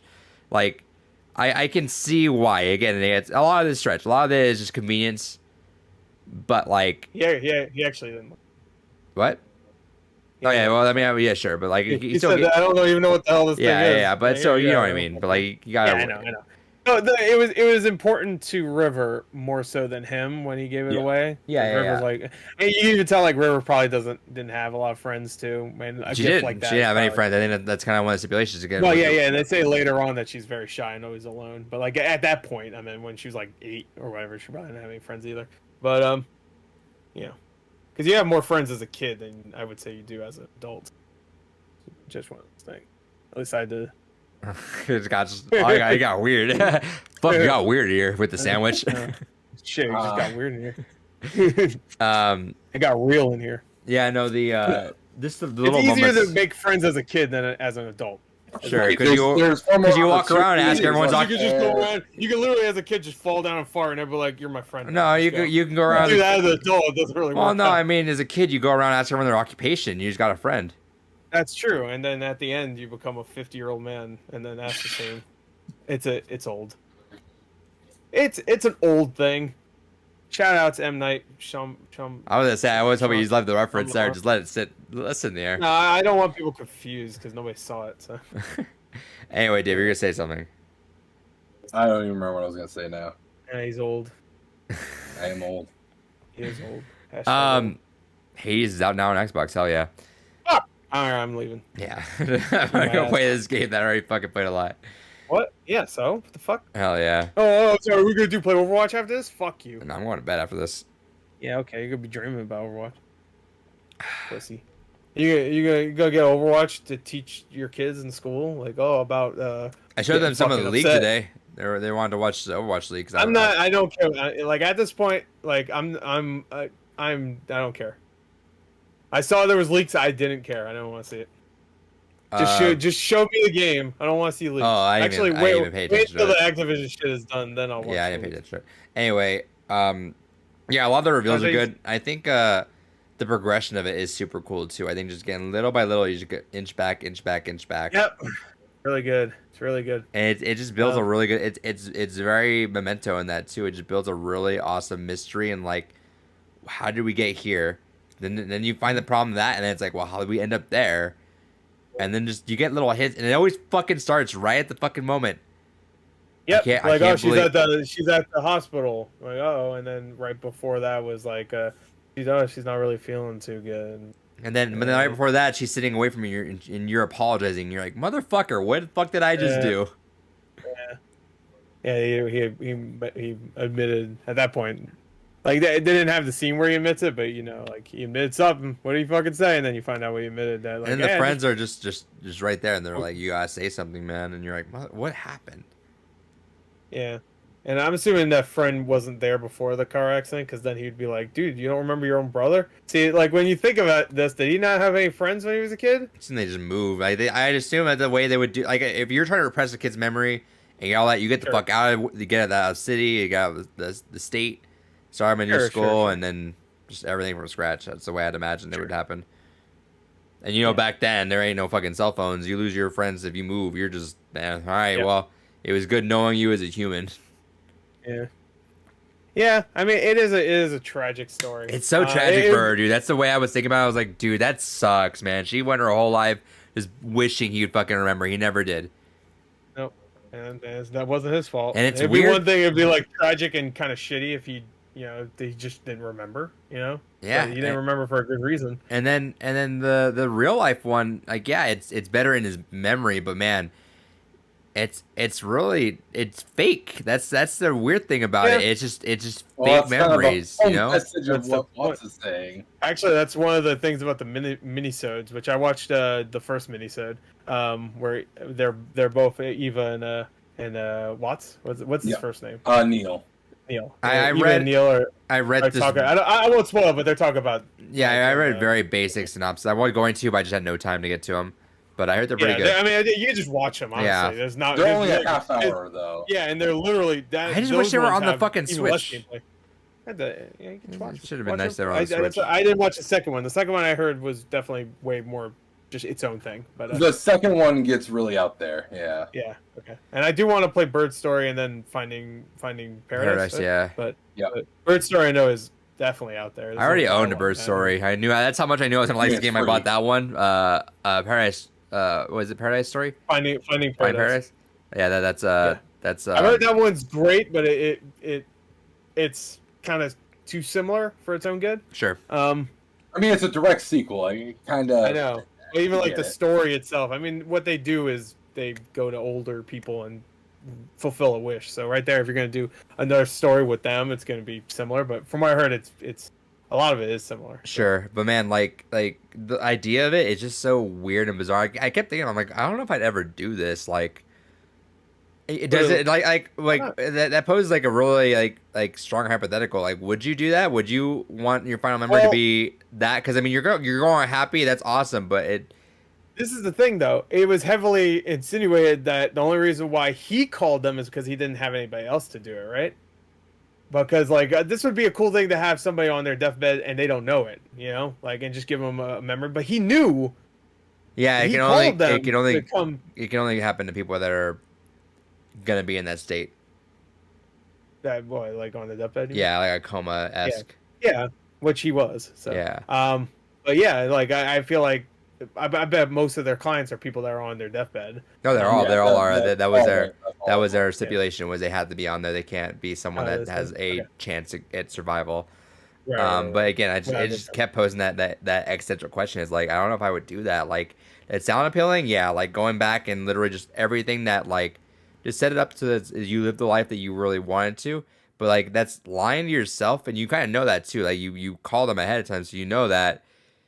And two, it's still fake, you know, like that wasn't your life. That's what was running through my head the entire time with like it's an existential crisis of like I don't know if I would do that. Like it sounds good on paper, but man, that's just a whole weird that's a whole weird slope.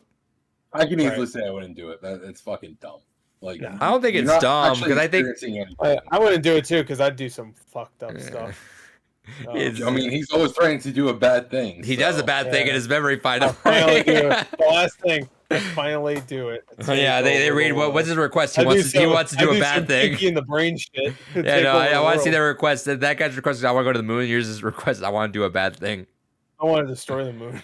I wouldn't say it's stupid because you know some people have lived some really really messed up lives, and I'm sure they would love to experience another way. Yeah, I'm sure. No, he lived. I want to see that one where they have to. I don't really want to tell. Yeah, go. You all right? Gore volunteered. You can go watch Jeffrey Dahmer living even better life. Who's the fucked up one that like boiled people in pots? What's his name? You know, Alfred Fish, maybe. No, Phil Fish. What? No. Oh fuck, not Ted Bundy. He has like a name kind of like that, like a generic. John Wayne Gacy. Gacy, there you go. I think that's him. No, he's the clown, right? Yes, you're right. No. Who's the guy that boiled people? Look it up and guy look up. That boiled people. Yeah, search off. Go to images. Is Shikawa Goemon? No, Goemon. What the fuck? Yeah, is that the Japanese tale of a dude that was boiled alive? No, that wasn't his one thing he did. He did a bunch of other stuff, but that was one of the things. He did. Should I put serial killer that boiled people? Serial killer boiled people alive. I'm gonna put that. I guess it was. Maybe it was Dennis Nielsen. No, it was somebody like a bigger name, like a big name. I see Dennis Nielsen and Jeffrey Dahmer are the only ones that are popping up. I guess maybe it was Dahmer. Okay. All right. Well, never mind. Anyway, to the moon. We figured it out. Anyway, to the moon. You know, real fun. Murder, boiling people alive. I said, I don't think it's a dumb idea, but I think it'd raise a lot of questions, especially if you lived a pretty even decent life. I think that's a very. I mean, that is one thing that, like, in universe, they do even mention that there's been people that have given backlash to the organization because there is something unsettling about literally altering someone's memories. Right? Yeah, and granted, again, it's like if it's someone's deathbed, like it's a request. It's the same thing. I would even like go with like it's a suicide. You know, that's such a it's a weird world that we live in. Not to get like 12 topic, and we were just worried whatever. Like it's a suicide. It's so weird that we can put our pets down, but like you don't have the idea to put yourself down whenever like it gets to a point where like like really bad chronic pain or like you're dementia ridden or something like that. You know, it's really fucking weird. But right. Yeah, like with memories too. Yeah, you're altering them. It's bizarre, and I'm sure there have been plenty of people that have lived some weird and really tragic lives. You know, it's like I wouldn't blame anyone if they wanted to go in and just like their last memory wanted to be something that didn't happen, but like was the way they wanted it to. It's like, cool, if you want to go out that way and that's the way you want to, that's cool. But I can also see the flip side because that's a really, really weird slope. Because yeah, like what was it? The foundation that they mentioned is like, yeah, we only work with people that are on their deathbed. Imagine a foundation is like, no, we'll just do it. They'll just inch it back more and more. You know, we'll inch it back. Maybe when you're a year left of life, you'll get your memories erased or so and so. Or maybe the government has a need for this to protect secrets. Yeah, eventually it gets weird and weird, you know. So it's a slippery slope. But like on the surface level of what To the Moon did, like because it wasn't that tragic of a life overall. No, it was because they were still together. They still had. It would be one thing if like she died early and the whole thing. And she stuck with them. Like what a fucking trooper River is. Yeah, and I'm sure they had good. I'm sure it wasn't just rabbits, you know.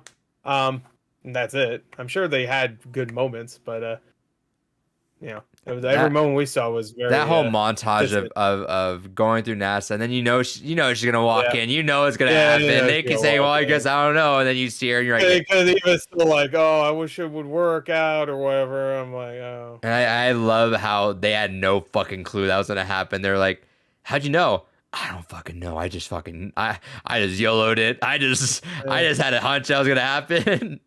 Yeah, that makes sense. Because it really she was the one who was really into space, and they mentioned that we'll meet up again on the moon. And it looked like it was getting really fucked up for a little bit too when it was like, no, I gotta make this happen. You're like, fuck. Yeah, when it turns into a horror game for a second. Yeah.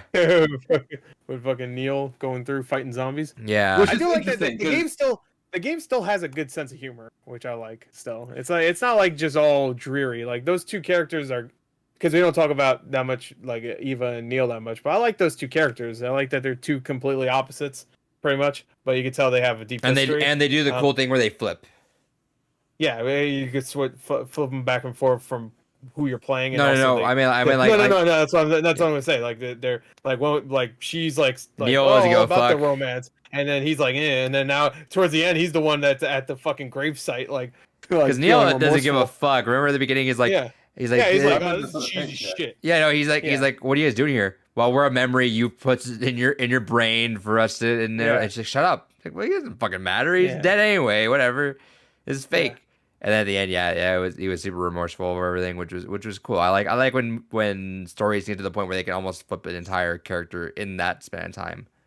Well, that's what I kind of want to talk about next, is because this game is really about two stories. The game is about Johnny and River, but it is equally just about as much as it is Neil. Neil has a very interesting arc throughout this game where, depending on when you take control, because there are certain times where you can choose which one to take control of, and there are certain little hints throughout the game that there's something wrong with Neil. Yeah. At the end, like right at the end, like even put the post-credit scene, like when I mean that's like the big. If you didn't get it before, that's 100%. Yeah. So what was that insinuating? Because I didn't really. I think he has like a heart condition. I'm assuming that's because it's only insinuated, so I don't know exactly what's happening, but it looked like. So here's the thing. Neil has a lot going on with him. So if you remember to like that little RPG segment with the squirrel, Neil has less HP than Eva does in that, signifying he's having some kind of health problem. Okay. And then if you go and you choose Neil kind of in the beginning and you explore the car, he takes pills and he does them like painkillers. Yeah. And that's what he takes again at the end when that kind of red flashing kind of occurs. So it shows he's got some kind of either addiction or a need for constant painkillers. And throughout the entire game, that kind of red flashing has been used to be a signal of some kind of death or impending death. You know, it's used throughout here and there as, you know, we're experiencing Johnny's story.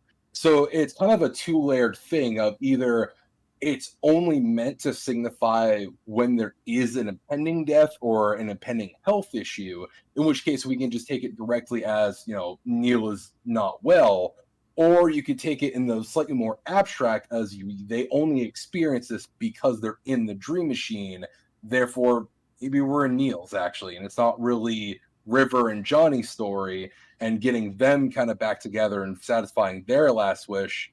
Maybe we're satisfying Neil's. Yeah, maybe. Well, it could also be, if you want to even dig deeper, maybe this is all Neil, his whole experience that he wants before is he wants to help others. Maybe you well, can. That's what I'm saying. That's yeah, what I just said. Yeah. Well, so, that's a. Well, I thought you meant That's kind of what I saw of the minisode. I didn't watch it, but I did read a little bit of it. Seems like there's some of that kind of in there, right?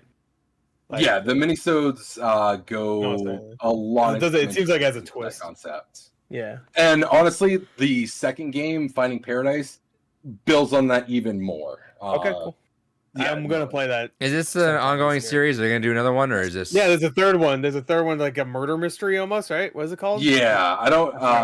It's like Toy Box something, or it's got another kind of silly. It seems like it's gonna be more comedic, that one, which might be good. That one is gonna. The next one I heard is depressing too, so I'm like, all right.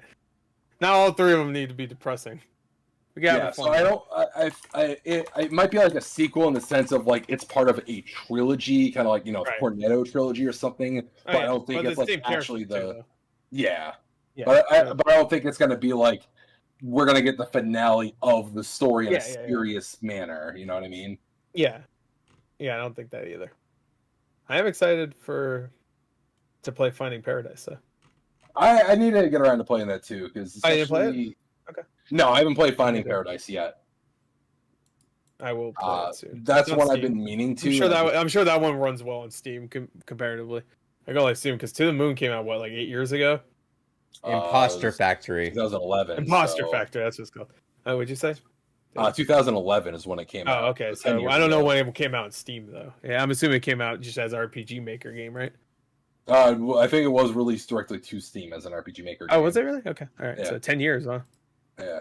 And then do a 10-year anniversary or anything? What the fuck?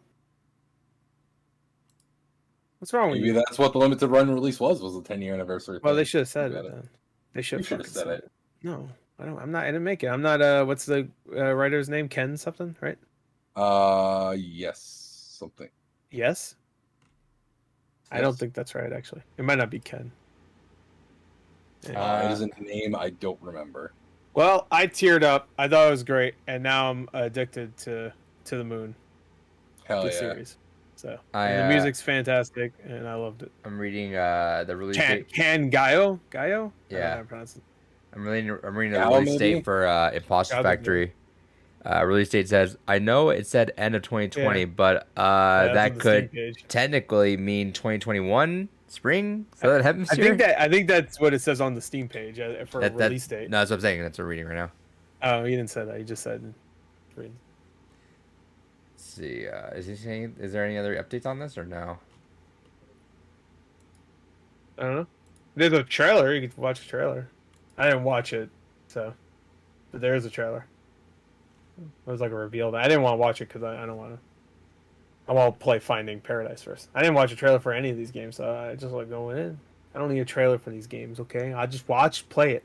I just watch and play it. I do like they're calling it Episode 1 though now. Like To the Moon, like on the Switch version it doesn't say that, but like it is technically Episode 1, then the next one's Episode 2, Finding Paradise. Gotcha. At least the Switch version, the Steam version says Episode 1 when it ends. He tweeted out last year, what if I told you Imposter Factory is just To the Moon and Finding Paradise with the run button? Hell yeah. Oh, thank God.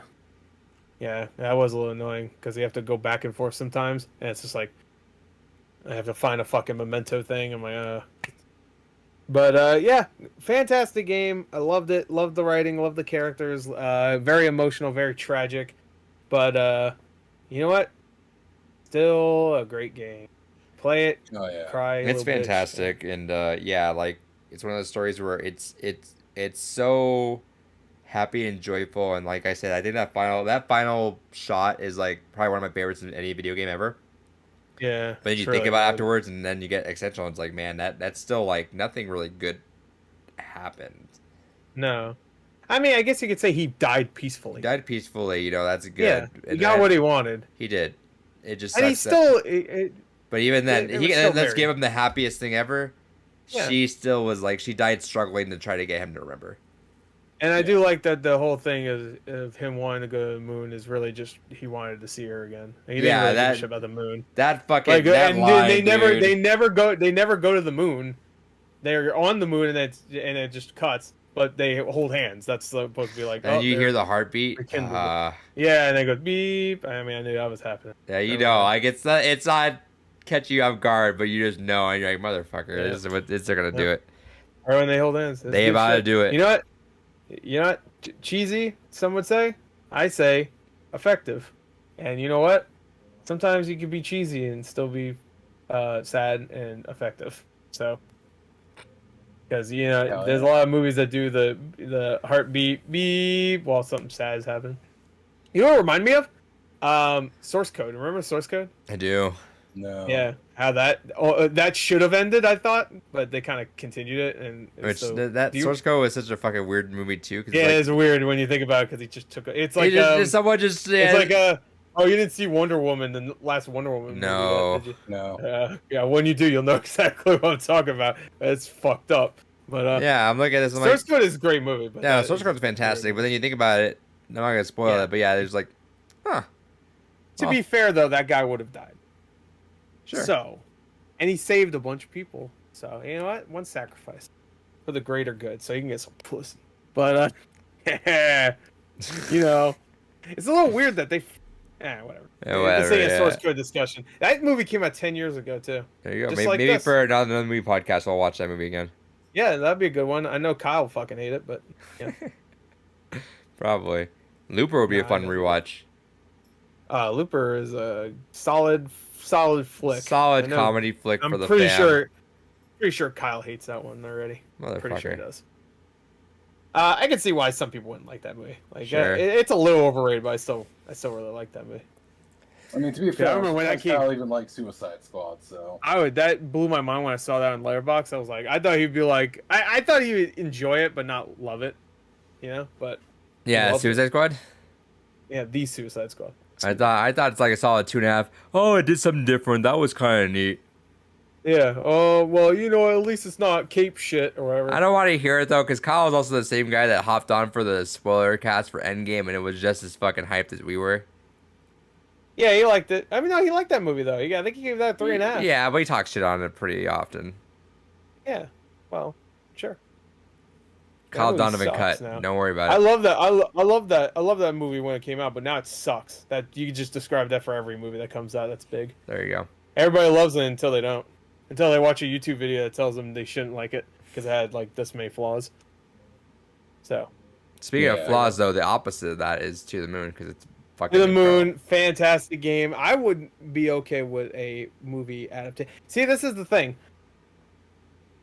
Games like this deserve video games. Video games like this deserve video games. Deserve video games. That's true, technically. But video games like this deserve to be movies. Like What Remains of Edith Finch. I don't know how they'd make that into a movie. That one would probably benefit more just from being a video game.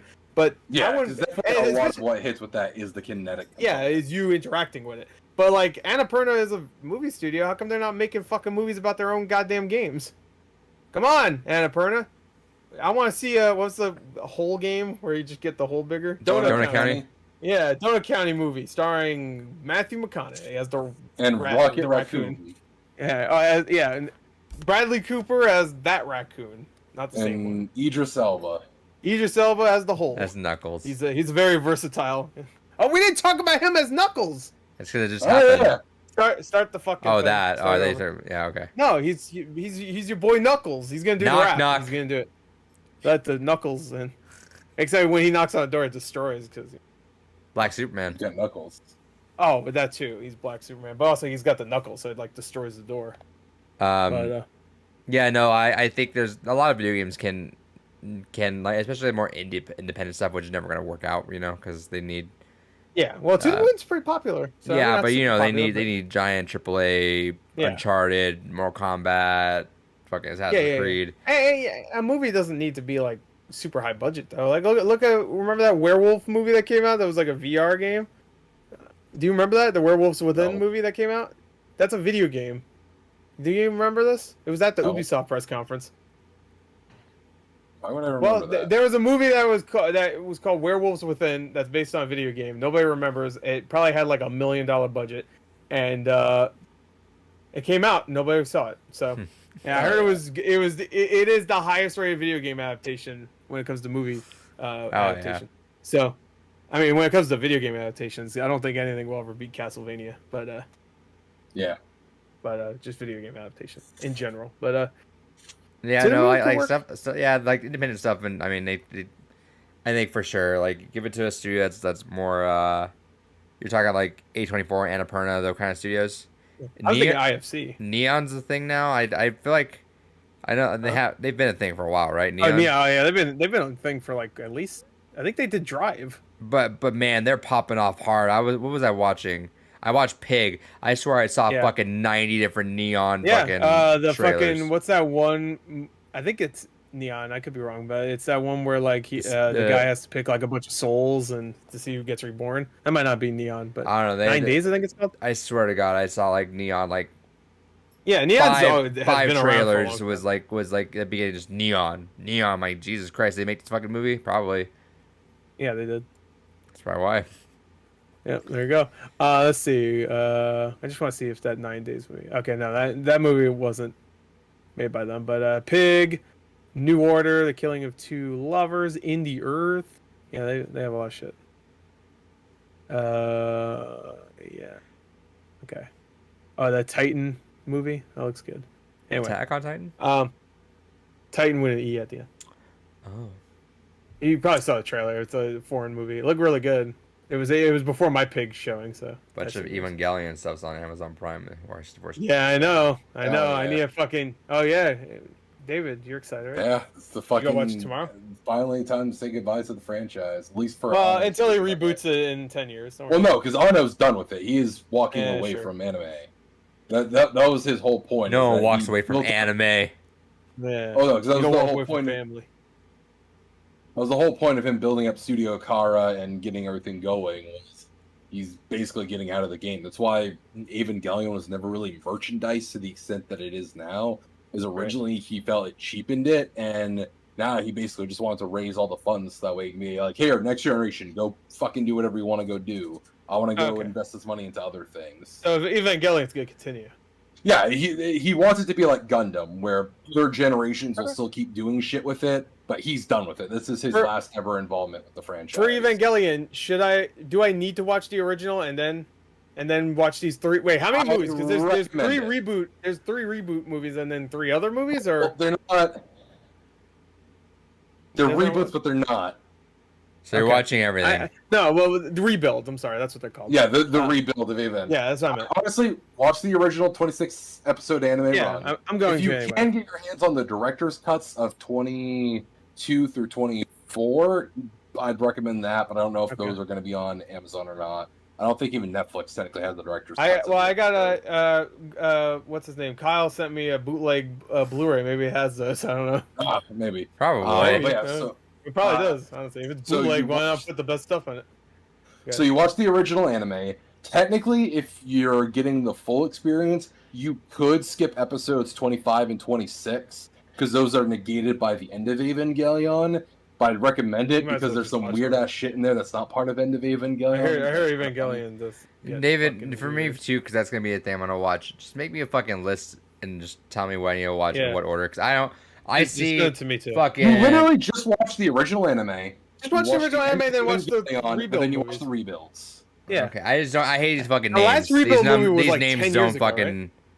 No, it makes perfect sense. You watch the end of you watch Evangelion, the original anime. Yeah, the original anime, and then you watch these movies. Evangelion rebuild. That's all you need. No, there's another thing in the middle.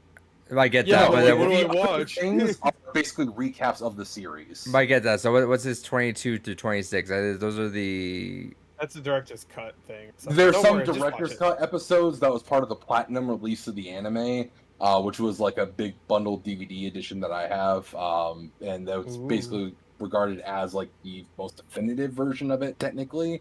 Because in the U.S. we never got until soon. So what I'm saying, so original Blu-ray, series up until 22. Find those ones. Go through 26 because the 25 and 26 are fucking weird, but that's cool. Then I watch what? Just watch it. Actually, fucking listen to me. Goddamn. I know. Actually, fucking listen. Holy shit. I heard what you said.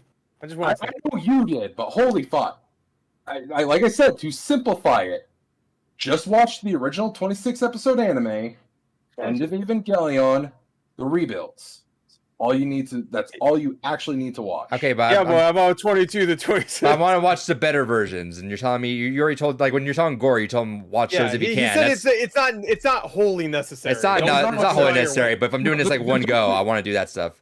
You're interrupting me. Why are you getting mad at me? It might be hard to find, though. I think he's saying it's hard to find. For name bullshit. So I don't give a fuck. Learn to fucking take it yourself. Anyways, as I was saying, holy fuck. Woo, to the moon. No, sorry. I've been short with fucking people lately. I even made people cry at work today, so... Hell yeah, man.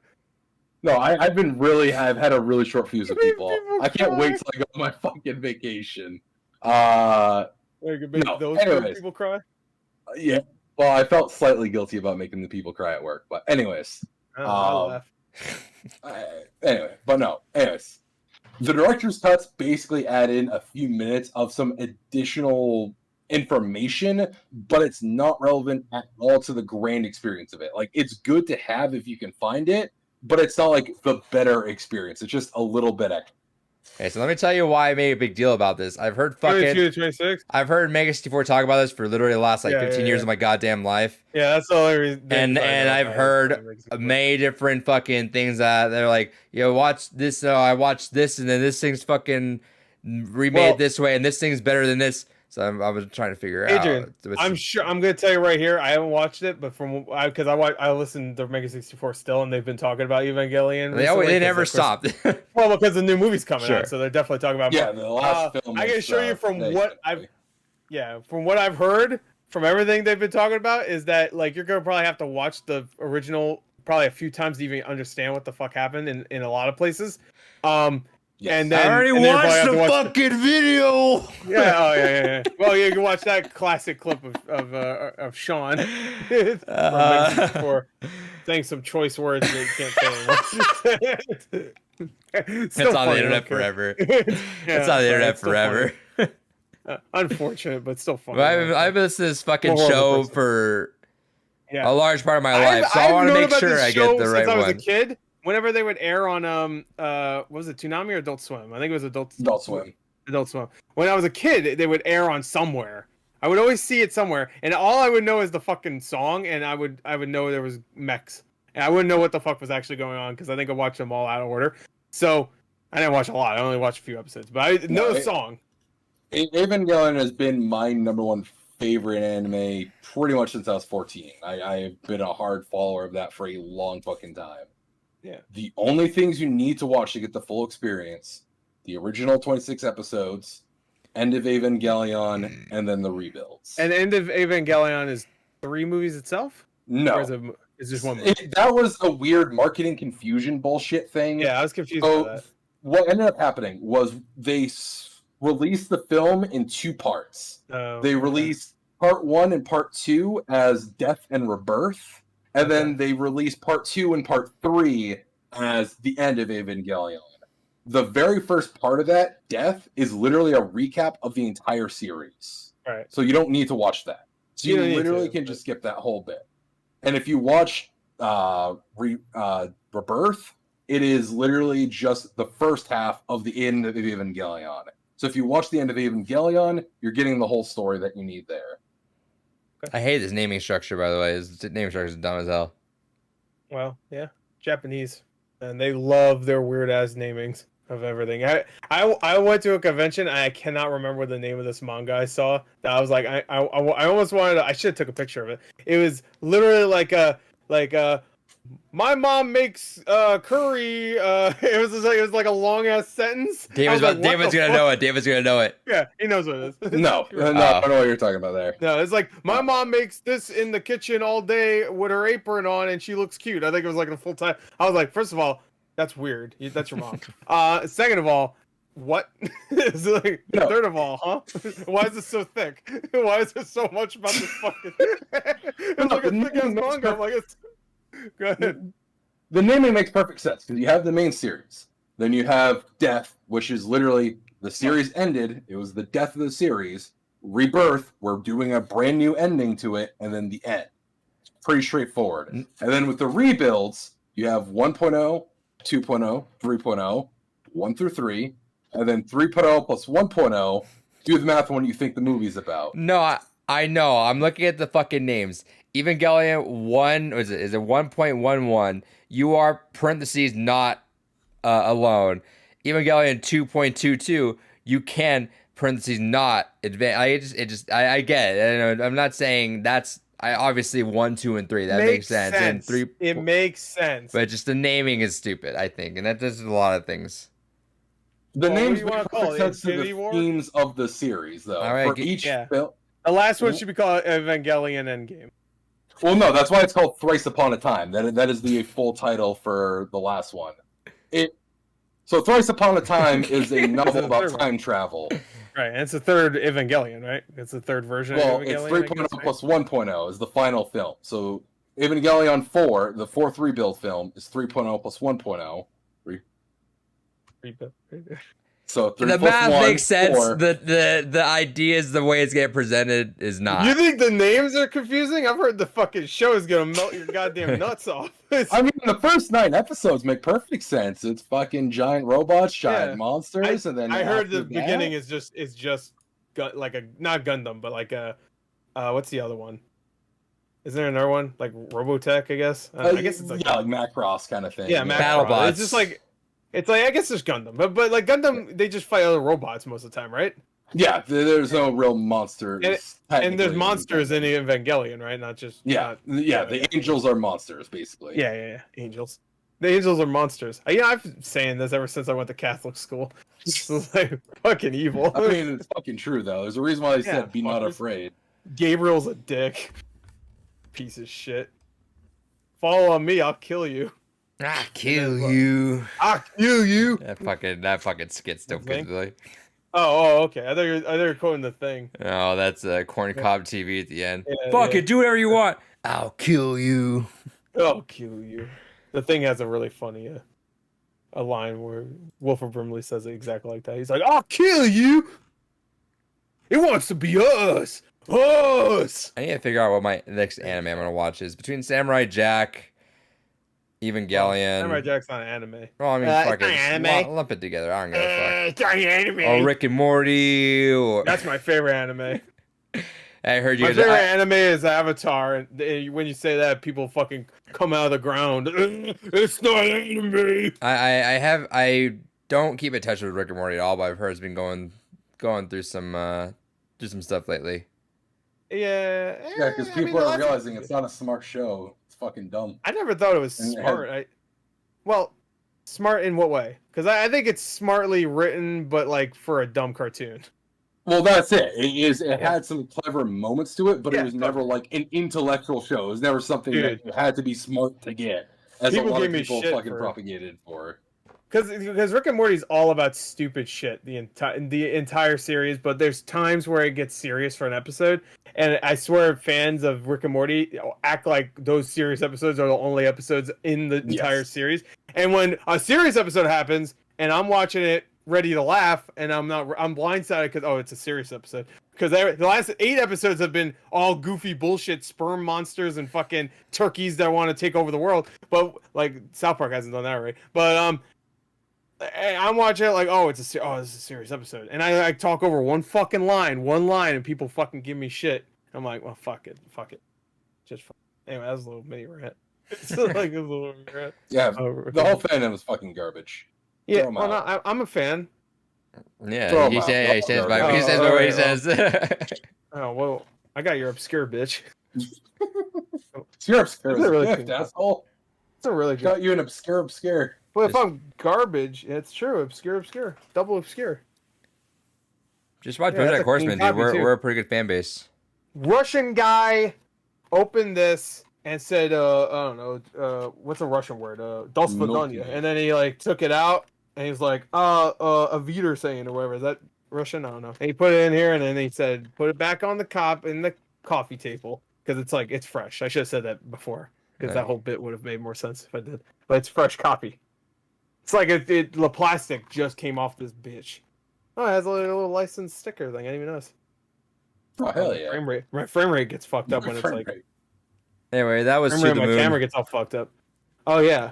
To the Moon, great game. I loved it. You know what? Hey, even though we went off the rails on this, we didn't go off the rails as much as, like, when we did for 999, and especially not as much as Parasite Eve. So I think we kept on. And to be fair, we talked a lot about To the Moon. We did get to we the talked heart about of the everything. game. Yeah. We just we went on way too long about other shit. 4-hour game.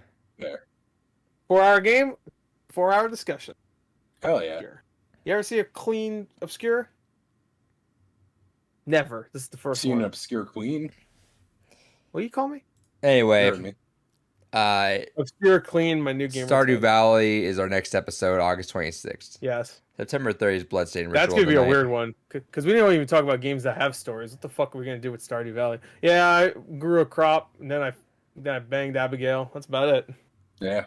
By the way, do not bang Abigail. She's an asshole. You claiming her for yourself? Yeah, I haven't. No, I haven't. I that's the one lady I haven't romanced yet. And one day I'm gonna be a lady myself, and I'm gonna romance all the dudes. I'm gonna cheat on all of them. That's my goal. One of them is gonna be like, I'm just gonna, because you can cheat on people, so you can be like, ooh. Does it actually does it actually have dialogue options, or you just? Oh yeah. When they find out, they go, oh, pissy. Well, I think so. I never did it myself yet, but I've heard they do get pissy. So. I mean, if you like cheat on one, they find out. I think I could be wrong. Maybe that's. I'd get pretty pissy. Why? What's up? What? Don't all you guys in Maine all have like 4 different marriages at once? Yeah. What? You guys are all. You guys are all into polygamy over there, aren't you? Horror stories. I mean, there is a large polyamory community. Yeah. There you go. David should be fine with it. Isn't that a Yu-Gi-Oh card? Yeah, polyavorous. You fuse the monsters. Yeah, yeah, I suppose it's about right too. But, you fuse the monsters. That's what I call sex. What was it called again? Polyamory. Polymerization. That's the card. Yeah, there you go. Yeah. Oh, I know. Polymerization. That's what you're trying to say. Poly want a cracker to the moon. To the moon. Remember To the Moon, because I don't. On our Stardew Valley episode, David will be for sure finalizing his second pick, so it'll be the middle of October, and then the final episode of season 2 will be BioShock, October 28th. I'm excited to play Bloodstained also. Hell yeah! Shout out! I actually just bought it on Steam. I don't know why. It was really cheap. That's why. So I was gonna say, I mean, if you just kicked in a couple of bucks, you could have gotten that and a bunch of other things on Humble Bundle. I got it for like $4 on Steam. So how much is the Humble Bundle? Humble Bundle's like $8. Oh shit! Well, what else did it come with? Let me pull it up because it's the monthly bundle. Anyway, while he's doing that, thank you for listening to this episode. This is audio. Go check that out. If you didn't like us ranting, just tell Gore in the comments. He'll read them all. Last Oasis, Superliminal, Out of Space, We Need to Go Deeper, Cardo, As Far as the Eye, Cephas Protocol, Drake Hollow, Nowhere Prophet, Blue Fire, and Encodia. Okay, I only know like a few of those games. Drake Hollow's on Game Pass. Shout out to all those games. Shoutouts to Cardo. Fun game from what I played. Goodbye. Shout out to Superliminal. Make a little thing. Look at this Obscure. Clean. Break it on camera right now. Fucking